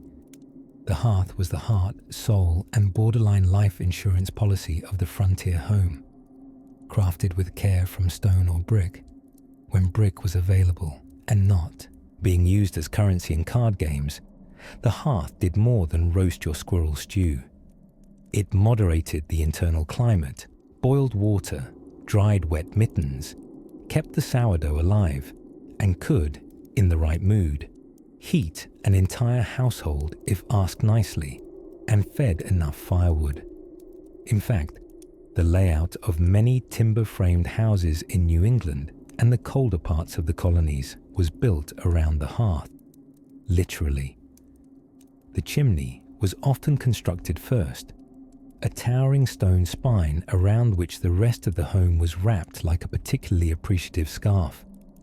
This ensured maximum warmth distribution, but also gave families the added bonus of a centrally located structure to hang stockings from, should the concept of Christmas ever catch on beyond St. Nicholas's marketing department. But the true genius was in how settlers wrestled with the cold, not just by what they built, but where they built it. Many homes, especially in the northern colonies, faced south, not out of some spiritual obsession with sunrise, but to make full use of passive solar heating, long before that became a phrase on environmentally conscious mugs. By aligning the wider side of the home to capture more sunlight, settlers essentially turned their front walls into makeshift radiators with wooden siding. Inside, survival came down to strategy and layers, not just of clothing, but of architecture. Double walls were stuffed with anything even remotely insulating, including straw, moss, and occasionally old political pamphlets from London. Floorboards were often tight enough to slow the wind to a whisper, though the occasional rogue draft could still sneak in and flick the family Bible open to dramatic passages at supper time. And for windows, well, glass was expensive, pricey, a luxury right up there with tea not smuggled in a boot. Some settlers used oiled paper to let in light while keeping out wind, giving every home a slightly foggy, soft focus aesthetic. Long before Instagram, filters were invented. Bedrooms, such as they were, tended to be small and shared, not just out of affection, but necessity. It was a well-known historical fact that nothing warms a room like 6 children, 2 parents, and an incontinent dog, all trying to sleep side by side. They called it togetherness. Modern historians call it efficient heat retention. Either way, it worked. Even beds were architectural tools in the fight against frostbite. Raised off the cold floor and often surrounded by heavy curtains, these 4-poster sanctums turned into makeshift microclimates. Some had warming pans, metal dishes filled with hot coals, to preheat the sheets, though more than a few sleepy dwellers scorched a mattress or two while perfecting the cold distribution system. Early Americans, you see, were brave and occasionally flammable. Underneath all of this, quite literally, was another secret weapon, the root cellar. Dug below frost lines like a mole's luxury apartment, these cool, stable caverns stored root vegetables, salted meats, apples, and just enough cider to keep Uncle Elijah philosophical through February. But the cellar also served a clever thermal purpose. Its steady subterranean temperature helped buffer the extremes of winter, acting like a heat reservoir beneath the home. It's easy to think of these early dwellings as crude and drafty cabins, and in many ways they were. But within these timbered walls beat the engineering hearts of survivors, innovating not with degrees from prestigious schools, but with trial, error, and a healthy fear of freezing solid before breakfast. With each stack of firewood precisely arranged and each log home slightly tweaked toward the southern sun, they paved the way for warmth, if not comfort, in a world that often seemed designed to make them icicles with ambitions. And just as the hearth glowed steadily through the night, there was another flicker of frontier genius up ahead, something tucked inside the very walls themselves, a trick involving walls that could breathe without catching cold. A tale for another fireside moment, as frost clawed at the corners of their poorly sealed windows and snow piled up like the world's slowest, quietest siege. Early American settlers found themselves in a desperate annual contest, man versus February. With no central heating, little insulation, and a healthy fear of the dark woods, the challenge was simple, albeit deadly: stay warm, or become another cautionary tale told around the fire. That is, if anyone had a fire left to sit around. What kept them going, aside from pure stubbornness and the occasional squirrel stew, was a particular form of architectural sorcery that deserves far more praise than it gets in textbooks. It was the humble hearth, the original influencer, the first real center of the home. No medieval stone selfie wall ever held such sway. Whether fireplace, clay oven, or a barrel stove fashioned out of sheer desperation and cast iron, the hearth didn't just warm the house, it was the house. Forget open concept kitchens and mid-century modern. Pioneer chic was all about thermal efficiency. The finer points of survival included walling the heat in and any suggestion of a cross breeze out. Homes were sometimes laid out around a central chimney, not for design reasons, but because heat travels best when it doesn't have to compete with icy drafts sneaking in from the window gaps. If your house could hug the heat and glare smugly at the frost outside, you were practically royalty. In New England's colder climes, builders turned to something called the central chimney plan. Unlike the modest chimneys perched daintily on modern roofs, these were brick behemoths, fat in the middle of the house, shooting out into multiple rooms like warm stone tentacles. Rooms were essentially annexed to it, favoring thermodynamics over aesthetics. You didn't just have a fire, you wrapped your life around it. And then there were root cellars. These cool sub-earth caverns doubled as food storage and, in a pinch, a halfway passable panic room when a blizzard blew in sideways. The great secret? Despite being colder than a nun's whisper, they maintained a consistent temperature, warmer than a night outside and cooler than a rot-prone pantry. Packed with apples, squash, salted pork, and the occasional turnip that looked like it could teach algebra, the root cellar was a quiet victory against winter starvation. Above ground, settlers had to get a little more creative. Chinking, the wood filler of choice wedged between cabin logs, became an art form. Made of whatever they could find, mud, straw, whisper-thin hope, it sealed off the breezes that sought entry with the enthusiasm of a cat looking for a warm lap. And in some areas, the savvy added an earthen hearth bench, essentially a long, warm seat that ran alongside the firebox and absorbed heat like a cozy sponge. Sit on it too long, and you risked fusing permanently with it, but at least you'd be warm. Of course, heating wasn't all physics and clever layouts. It was also, inevitably, about fashion, which is to say, layers. Adult humans resembled walking quilts, and children were dressed by a system that can best be described as the principle of maximum padding. It was entirely possible that several children remained dressed from November to March without actually unlayering once. Somewhere beneath the wool, flax, and homespun linen was a child. Probably. Even beds weren't just places to rest. They were strategic installations in the war against cold. High, four-poster beds with heavy curtains were not attempts at aristocratic flair, but practical attempts to keep one's breath from freezing mid-snore. These bed curtains, sometimes called bed hangings, were insulation with tassels, a magic trick of textile and tailoring. Sharing a bed wasn't scandalous, it was survival. Uncle, grandmother, strategically placed dog. It was a heat-sharing economy. But perhaps the coziest innovation of all was the warming pan, a shallow metal vessel filled with hot coals, swung merrily between the sheets before climbing in. It was equivalent to telling winter, "Nice try," and then snuggling into the smug warmth of protest.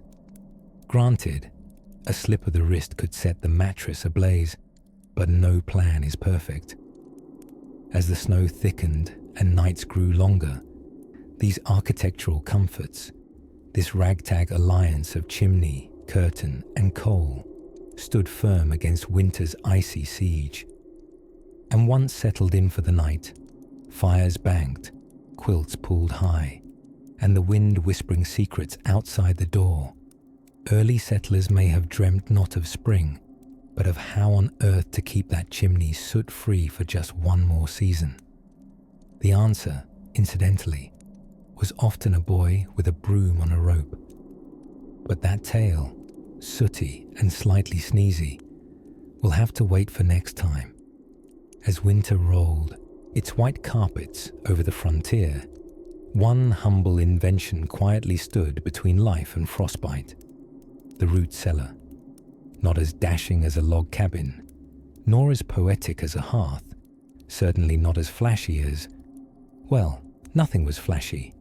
It was the 1700s, but these hidden underground larders were a masterpiece of survival disguised as a hole in the ground. Imagine trudging through knee-high snowdrifts to retrieve a basket of turnips and discovering a little wooden door nestled in a hillock, like a hobbit's less glamorous cousin. Behind it, a mossy staircase sloping gently into earth-smelling darkness, where apples slept in crates like they were waiting for a fairy tale revival. Welcome to the frost-proof pantry of the early settler. Root cellars didn't require nails or flair, just shovels, stones, and a profound distrust of winter. You see, early settlers quickly learned that winter didn't care how long you'd worked in the fields or how noble your intentions were. If you didn't have food that could outlast the season, winter would eat you before you ate your rutabagas. So turning to nature's oldest refrigerator, the ground, they simply dug in.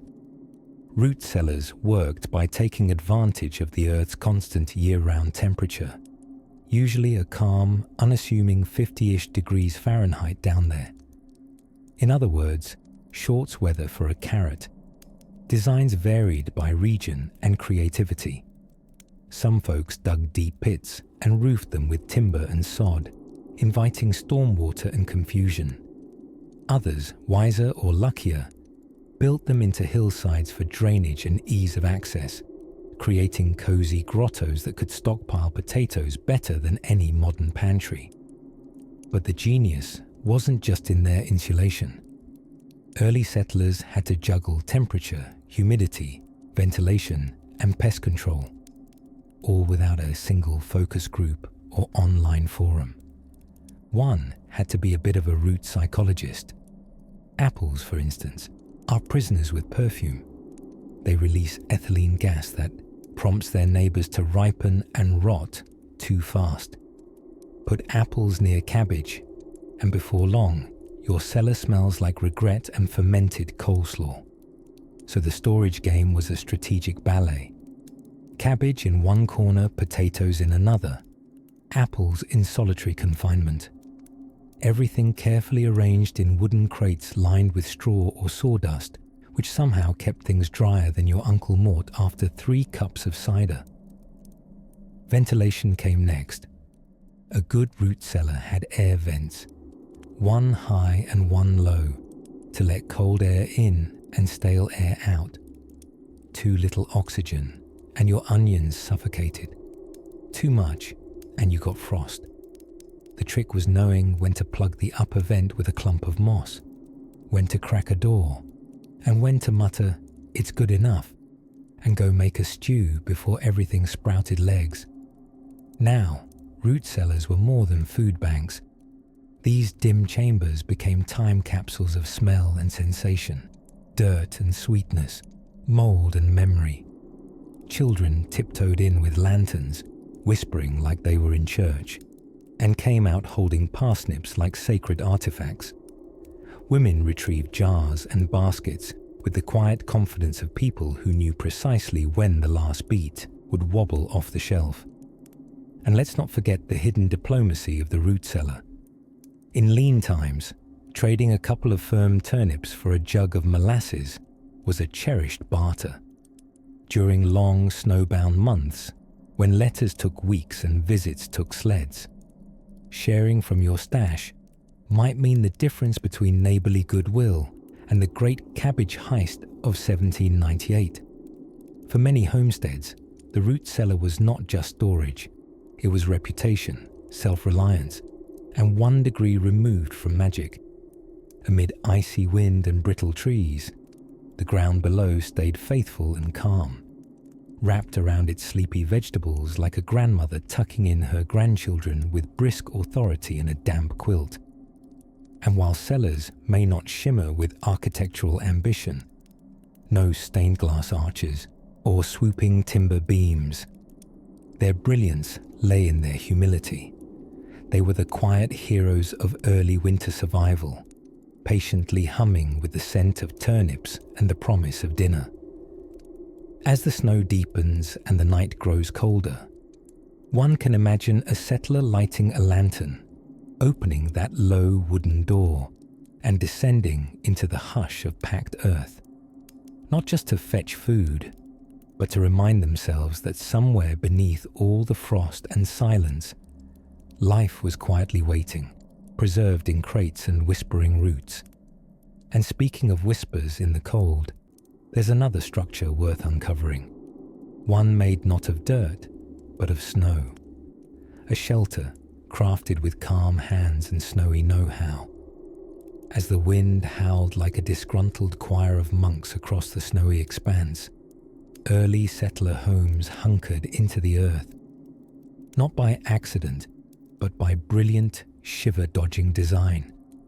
You see, when the winters came barging in like an uninvited uncle with questionable fashion choices, survival didn't just depend on furs and prayer.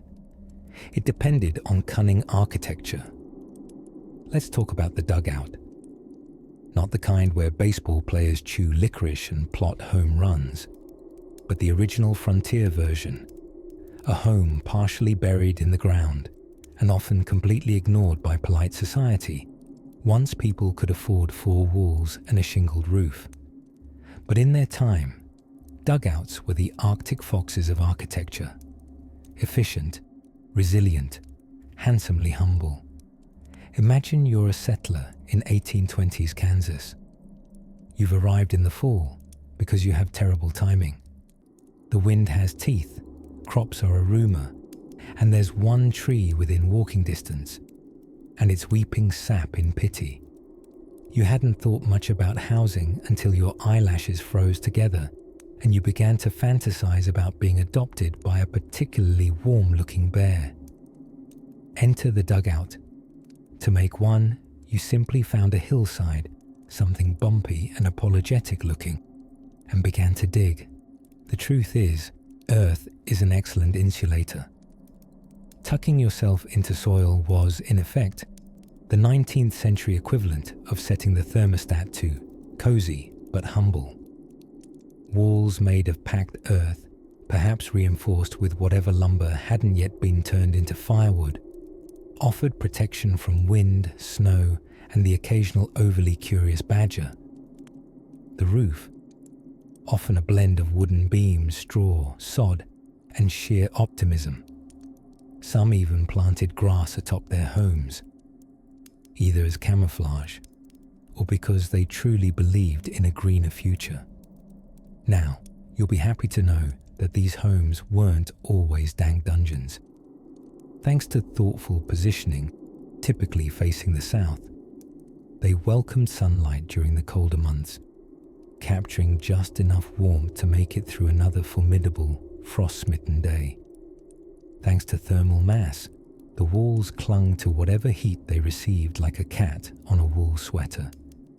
Even when the mercury dipped humiliatingly low, the inside of a dugout could stay several degrees warmer than the frigid world outside. Of course, life inside a dugout wasn't exactly glamorous. You could forget high ceilings or even standing upright if the builder had underestimated their own height, which happened embarrassingly often. Rain posed a particular challenge. Some roofs leaked like gossip in a small town. But early settlers, ever inventive and damp, used bark, tar, and grim determination to patch things up. Furniture was minimal.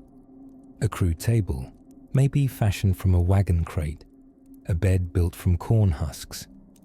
The nicest homes might have had shelves, and an iron kettle was as much a status symbol as it was for cooking. Families shared these tight quarters like overly affectionate sardines.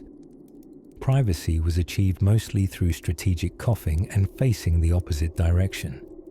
But despite the cramped spaces and architectural rough edges, dugouts offered safety and warmth.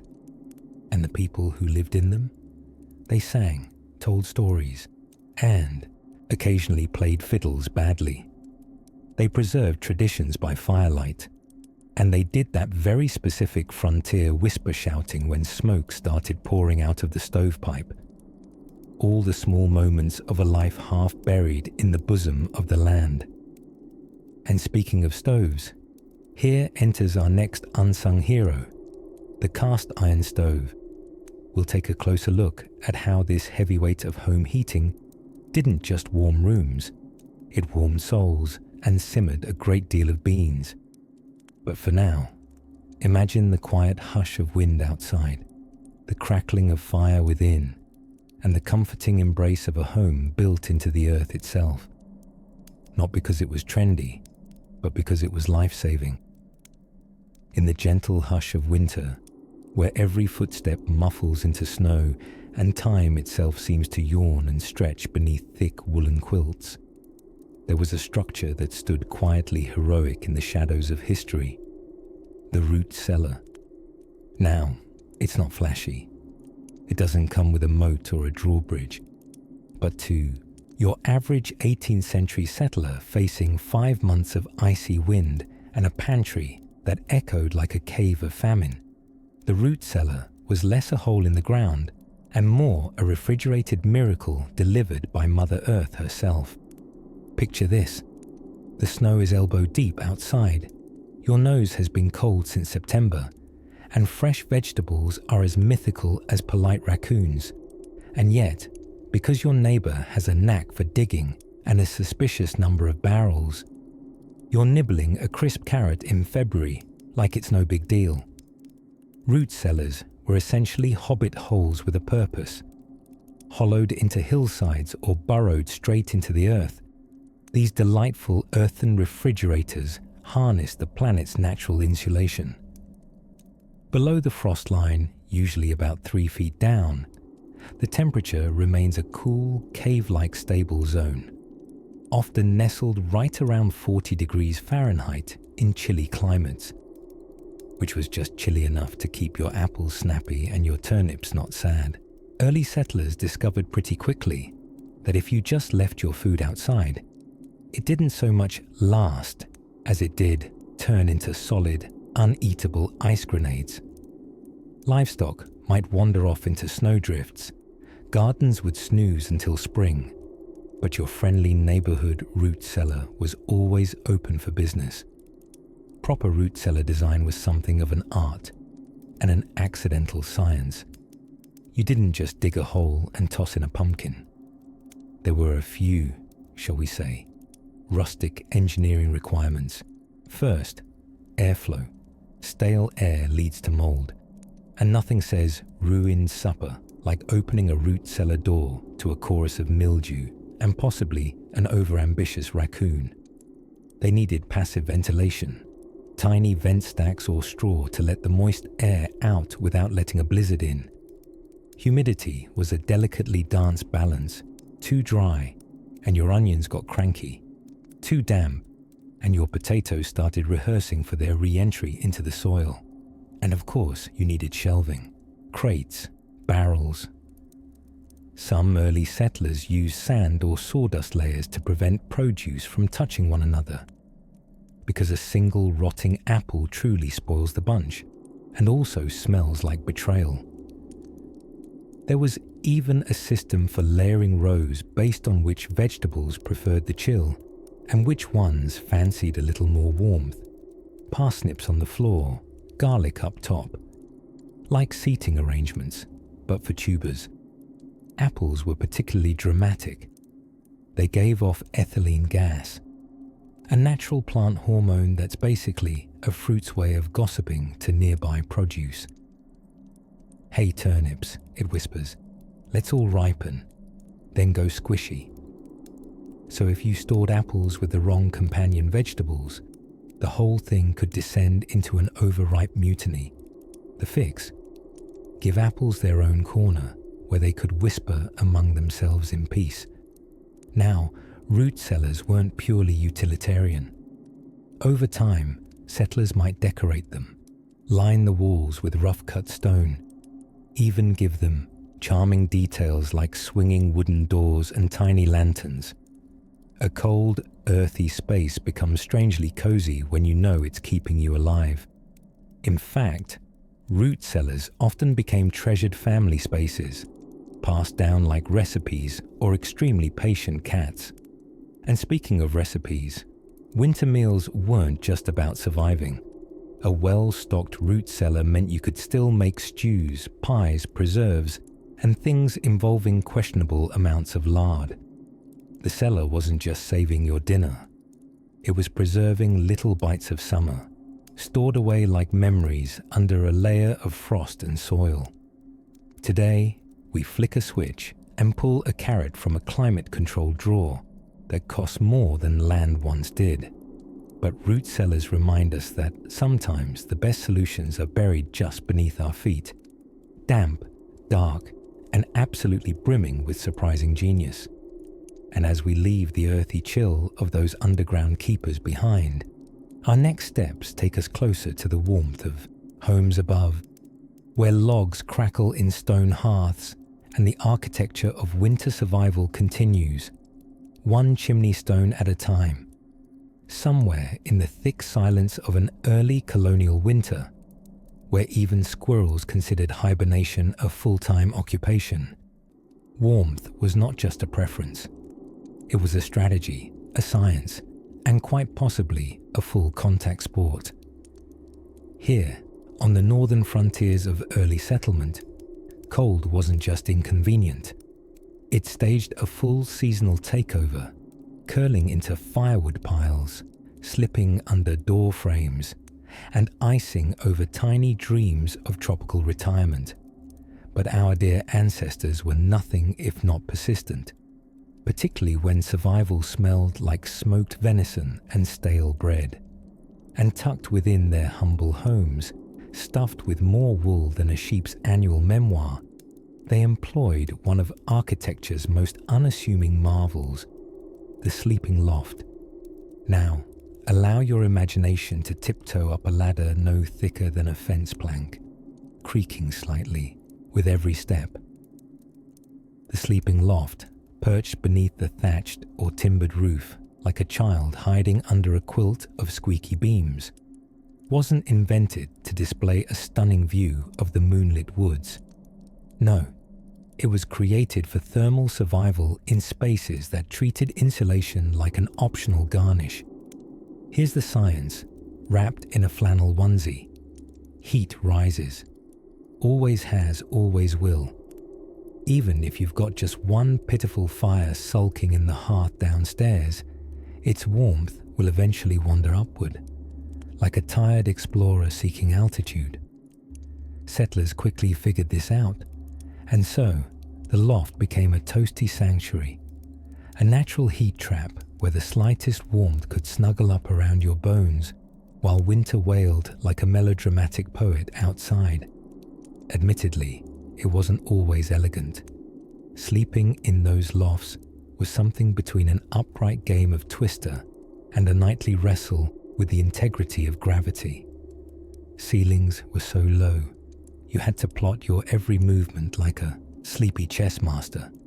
Stand up too fast, and the roof would lovingly pat your forehead with a rafter.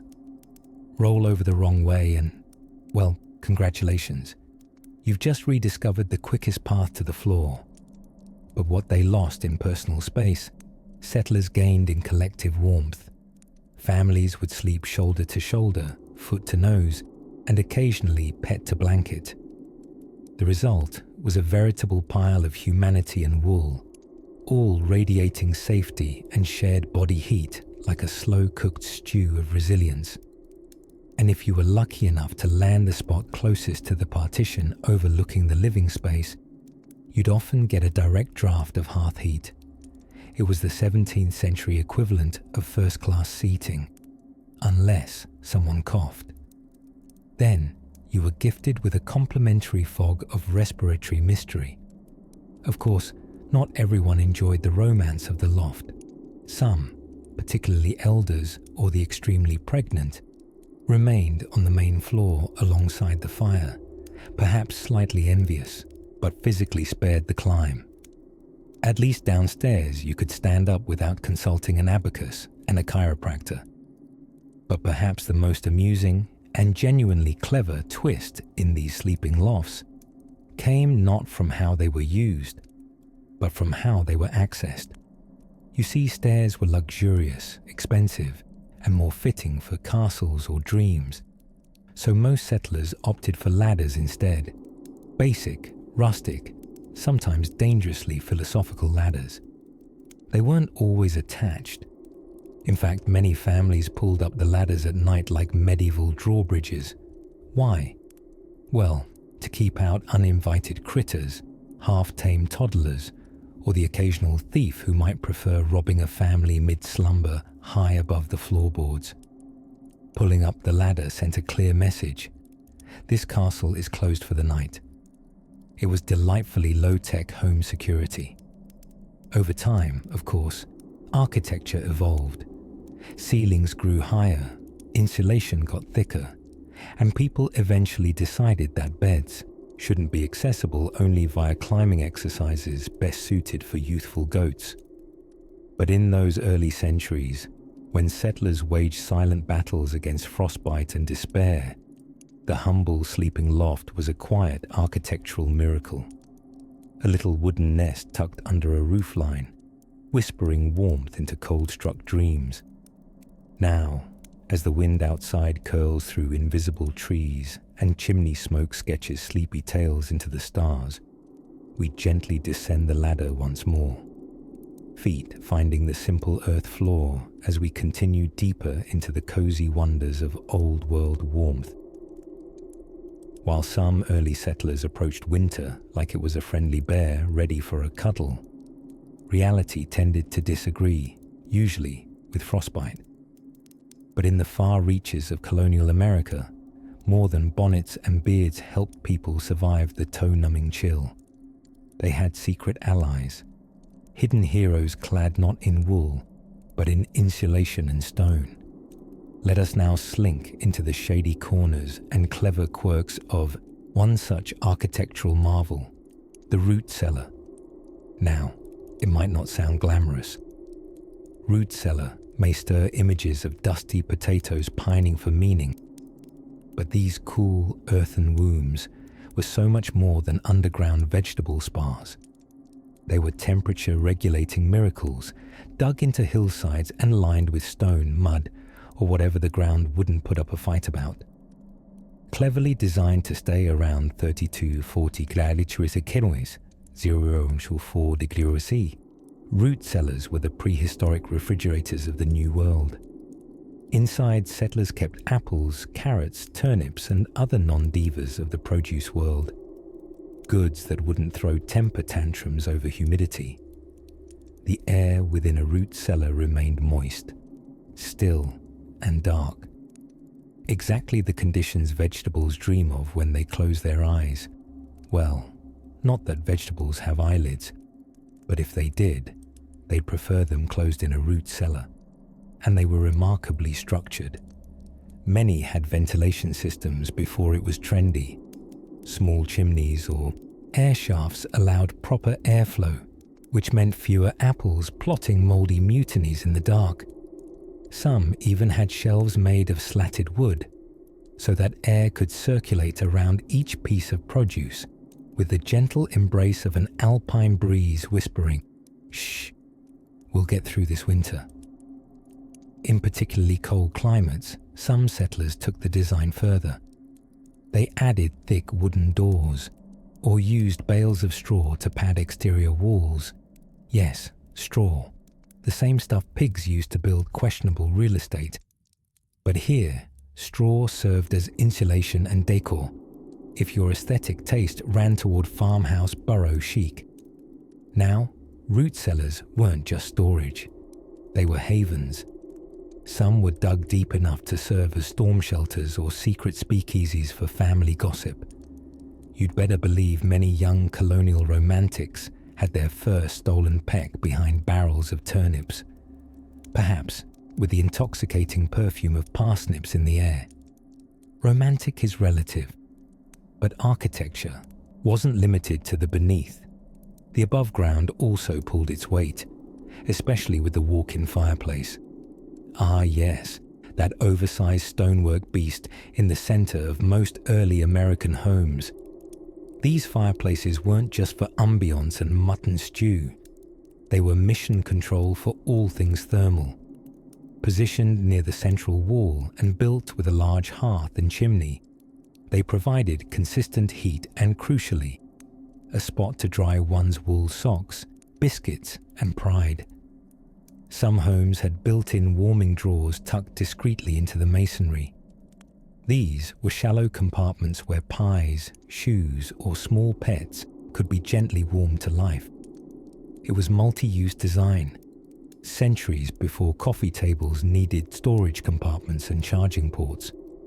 Settlers were also connoisseurs of thermal inertia, the principle that thick walls and floors absorb heat during the day and release it slowly over time. And lo, the rock-walled homes of Scandinavian immigrants. These stone cabins, often mistaken for frozen worry boxes, were actually heat-hoarding fortresses. They embraced the sun when he showed up, and doled out his warmth like a grandmother rationing butterscotch candies, slowly, and only when you deserve it. With such clever design, many settlers could survive nights when the air outside would snap your nose off on principle. They built their homes oriented to the sun, onto south-facing slopes if possible, and with as few windows as modesty would allow. Every inch was carefully considered, not just to survive the winter, but to do it in a way that made coming inside feel like entering a hug from the earth itself. And so, while January howled and the wind tried to pick fights with window panes, the early settlers huddled in warmth crafted by intelligence and stone. It was architecture not just designed for comfort, but for defiance against winter, hardship, and uncooperative squash. As the heavy winds whistled lullabies outside those rooted walls, the settlers slept easy, their dreams tucked in among the potatoes and the hope of spring. And speaking of dreams, next, we drift toward another chilly secret. But this time, it's not underground. It's overhead, where the settlers' sleeping loft hid more than just blankets. Out on the frozen edges of colonial settlement, where winter wrapped the world in hush and frostbite, the architecture of survival became more than aesthetics. It became a softly muttered prayer, mumbled through mittens and frozen beards. One particular unsung hero of these icy campaigns wasn't a towering structure or an elaborate fortification, but rather a humble, unglamorous, and dearly beloved hole in the ground, the root cellar.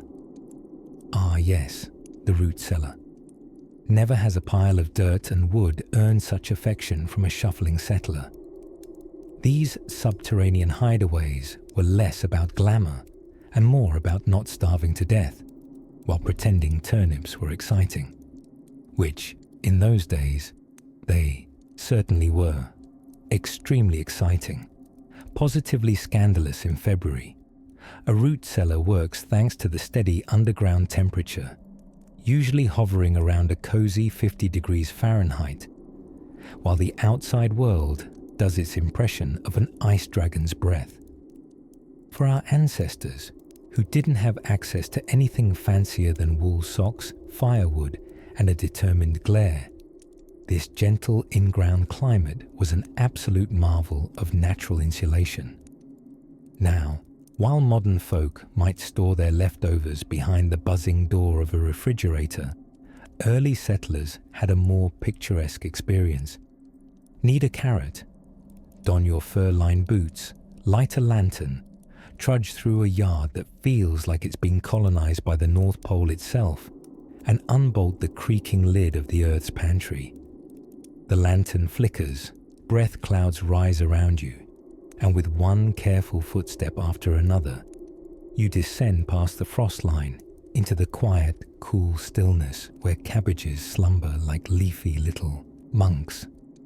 The shelves in these cellars were often stacked with vegetables in baskets, jars of preserves, and sometimes, depending on who managed the harvest calendar, a few suspicious-looking apples with big ambitions.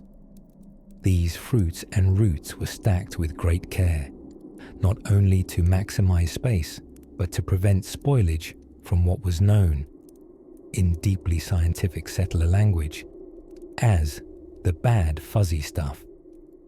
Interestingly, some of the cleverer builders learned to incorporate passive ventilation systems, small vents or flues that allow just enough airflow to prevent excess moisture without inviting frostbite inside for tea. These vents were sometimes nothing more than hollow reeds or wooden tubes, but they did the trick, letting stale air out while keeping produce delightfully crisp, and anyone standing nearby mildly confused about who thought of this in the first place. And lest we forget, not all root cellars were purpose-built. Many newcomers repurposed abandoned wells, dugouts, or even rock crevices as makeshift storage nooks. It wasn't pretty, but it kept the last few onions from becoming a disappointing science experiment. In many cases, these cellars were a family's link to food security, with preservation a delicate balance between temperature, humidity, and the unspoken law of don't eat everything in December. The root cellar asked for patience, discipline, and just a pinch of root vegetable poetry. When architects talk about the emotional power of space, they rarely mention the earthy embrace of a well-packed root cellar. But for those early households, it was the key to surviving until spring, a season that always seemed a million blizzards away. Somewhere between the stacks of parsnips and the jars of pickled whatnots, hope clung to its shelf with frost-cracked hands. And inside those chilled caverns, where every breath fogged the air like a ghost rehearsing its lines, quiet ingenuity met necessity. The settler's brand of architectural brilliance wasn't meant to impress. It was designed to endure. And in that endurance, there was a kind of rustic beauty, the type that only reveals itself when you're holding a potato like it's made of gold. But speaking of design and gold, there's another overlooked technique of winter survival, one that connects directly to the very floors they walked on. If you've ever wondered what sheep and pine needles have to do with keeping your feet warm, well, you may find the answer right under your soles. If you stood in the middle of a snow-buried homestead in the late 1700s, ears wrapped in wool and breath swirling like a ghostly dragon, you might hear nothing but the muffled creak of trees and the occasional sigh of wind. But somewhere beneath the white hush, behind smoke-fogged windows and walls of hand-hewn timber, humans were performing one of history's coziest disappearing acts, vanishing into insulated, handmade worlds designed to outwit the cold with the architectural instincts of a determined hedgehog. Let us sigh our way into the quiet dim of one such home, where the heart of insulation lay not in sophisticated blueprints or formal engineering, but in a grand alliance between ingenuity, whatever materials were at hand, and a deep, stubborn refusal to die of frostbite. At first glance, these humble cabins might have seemed anything but complex, but early settlers, many of whom had never built a shed before, let alone an entire home by hand, quickly developed a set of sneaky strategies to harness and trap warmth like squirrels hoarding the last good berry. One of the classics, the double wall technique. A wooden wall, a gap. And then, yes, Another wooden wall, with the sacred space between them stuffed full of everything from moss and animal hair to dry leaves and shredded cloth. This, my friend, was prehistoric spray foam. In colder regions, especially in places like the upper colonies of New England, settlers turned stuffing gaps into a highly personal art. Some diaries even mention competitive caulking, where one neighbor secretly tried to out-insulate another by cramming more goose down into the chinks of their log cabin than was strictly reasonable, or perhaps legal. Floors were often dirt or packed with straw and pine needles, which gave the whole house that forest fresh smell, but also came with the occasional invasion by insect freeloaders, namely the click beetle, who amused itself by playing tambourine on the underside of the floor at 2 a.m. Now, you've heard of the phrase heat rises, yes? The settlers knew this too, though perhaps more from watching their tea steam aggressively toward the roof beams than from a physics textbook. So they did something rather clever. They built homes with very low ceilings, not to create an ambience of perpetual head bumping, but to make sure that when the fire burned low, the warm air had nowhere to run. These ceiling-hugging rooms were also draft-resistant, and when that wind came screaming across the prairie like a creditor looking for unpaid wood taxes, those homes stood firm, mostly, with enough luck and enough raccoon skins nailed over the windows. The hearth, of course, was sacred. Not just a place to boil coffee or burn slightly dubious venison stew, but also the central heating system in the most literal sense. Many family cabins were built around the hearthstone, quite literally, with the structure designed to wrap around it. The fire never quite went out in winter. Night and day, someone was always on watch, tending the embers, whispering to them, occasionally bribing them with extra logs rescued from the stack behind the house. The stack that had, a few times, been mistaken for a porcupine citadel.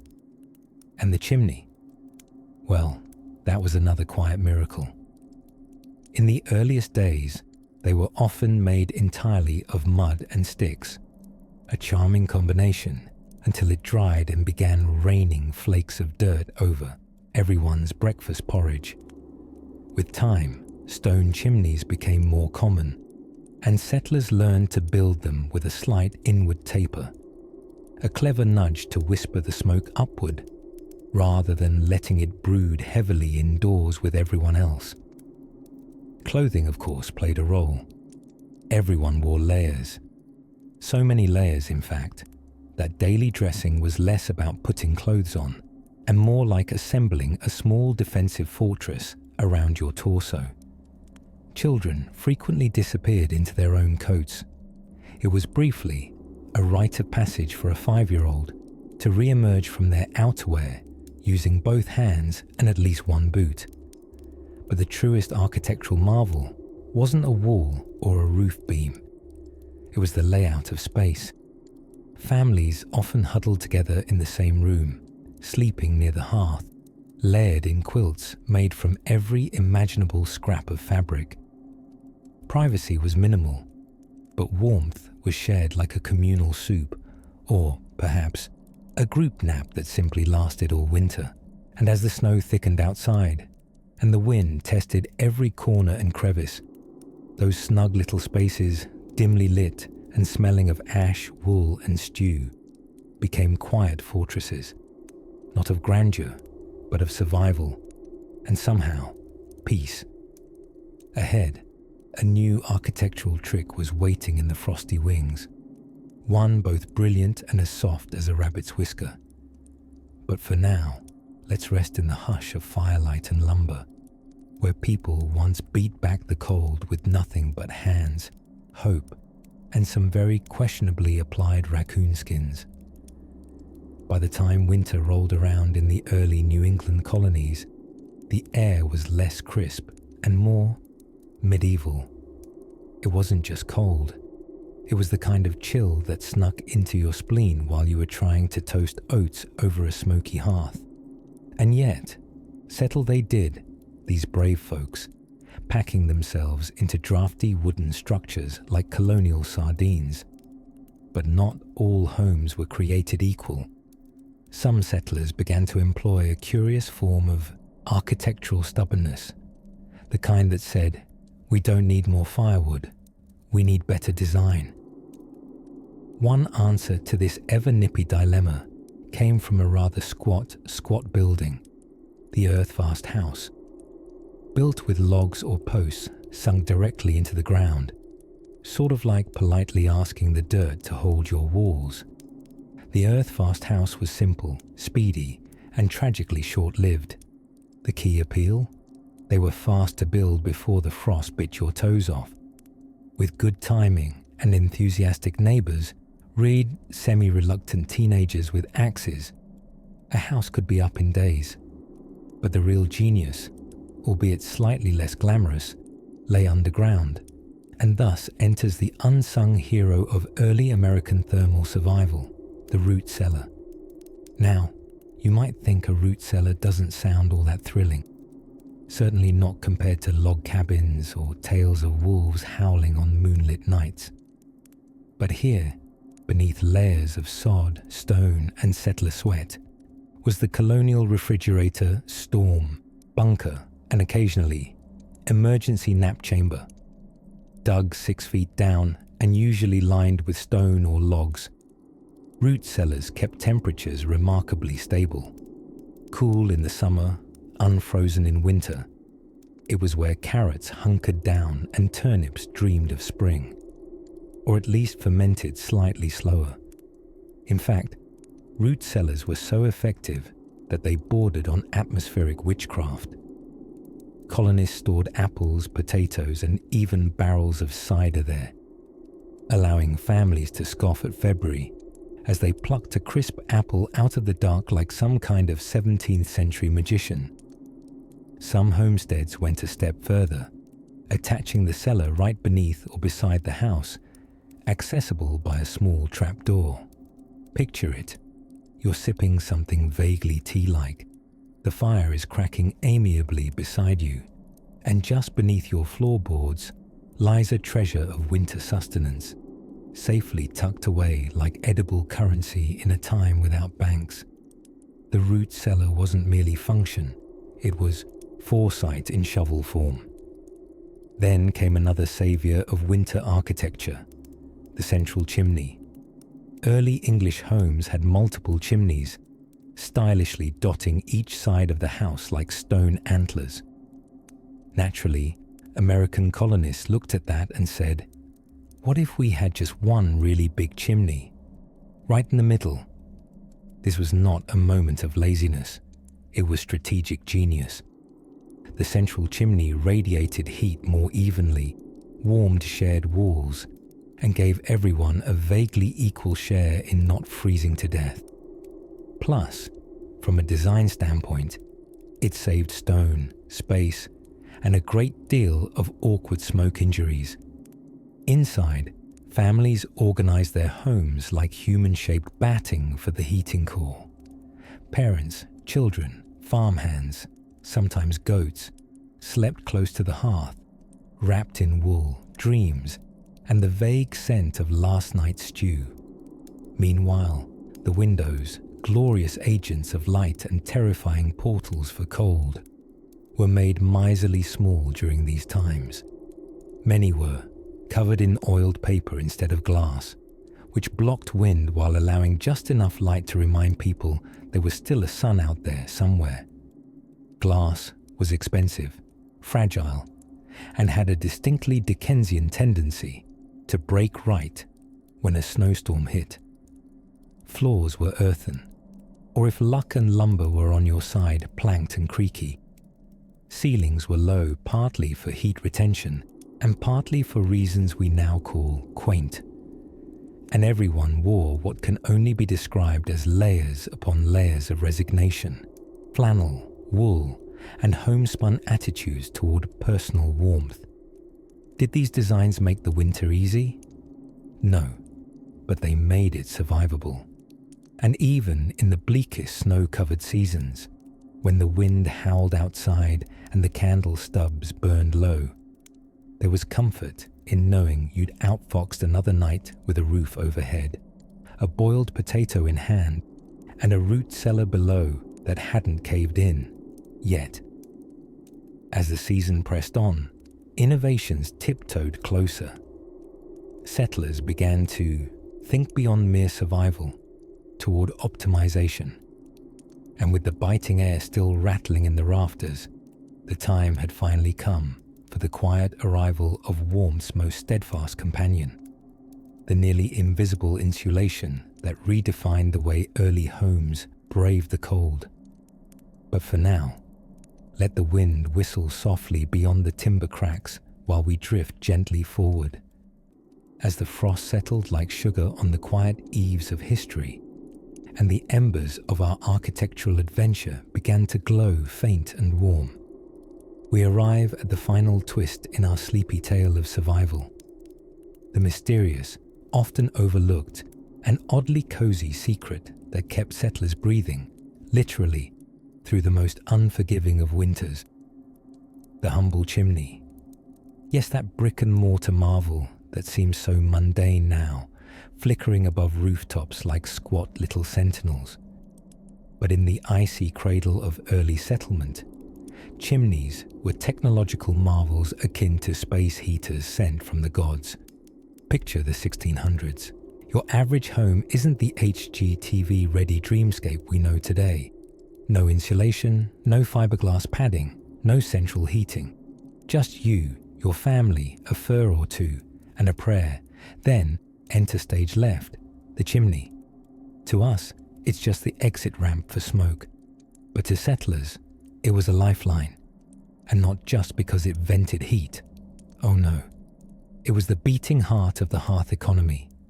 Cooking, drying clothes, boiling water to sanitize, heating stones to roll under your hay mattress for warmth, and acting as the settlement's best gossip-gathering hub. There's not much to do in a foot of snow after all, besides warm your hands and dish the latest neighborly drama by firelight. Early chimneys were often constructed of stone or clay and had all the draft control of a cardboard submarine. That meant smoke, soot, sparks, and the occasional live possum, a not-so-rare surprise guest, particularly in New England. And yet, people gathered close, eyes stinging, cheeks pink, because blistered sinuses were a small price to pay for not freezing into a cautionary tale. But it wasn't just the chimney's inside function that mattered. Its architecture told stories. The placement of a chimney in a home, often centrally located in early colonial designs, wasn't merely aesthetic. It was survival math. A central hearth heated multiple rooms more evenly. No one really cared about open concept design. Everyone cared about not becoming a human popsicle in their sleep. Some European influences brought innovations too, like hooded fireplaces that helped smoke curl upward more effectively, and chimney crux, which sound like the name of a 17th century folk rock band, but were really clever support structures carved from curved timber to support the flue. It may not sound glamorous, but remember, any settlement that had decent chimney architecture stayed standing, and any that didn't, well, literally didn't. We also must pause to appreciate the settlers' utterly charming obsession with hiding witch bottles and dead cats in chimneys for old world protection against evil spirits. Archaeologists to this day find shoes, broken dolls, and bundles of herbs bricked up in flues. Because when you're weathering a Massachusetts winter without central heating, you'll take all the magical help you can get. And while we're peeking up the flue of cultural esoterica, there's a warmth in knowing that every chimney was a kind of family monument, blackened with years of shared soup, burnt bread, and dented kettles. The soot was like a genealogical record, You could almost trace family lines by how much smoke they'd endured to keep warm. A burnt bean here, a scorched spoon there. It's home, in its oldest, grittiest form. Eventually, of course, chimneys evolved. Some grew elegant with mantels and fine brickwork. Others disappeared entirely to make room for stoves, pipes, radiators, and the eventual marvel of thermostats.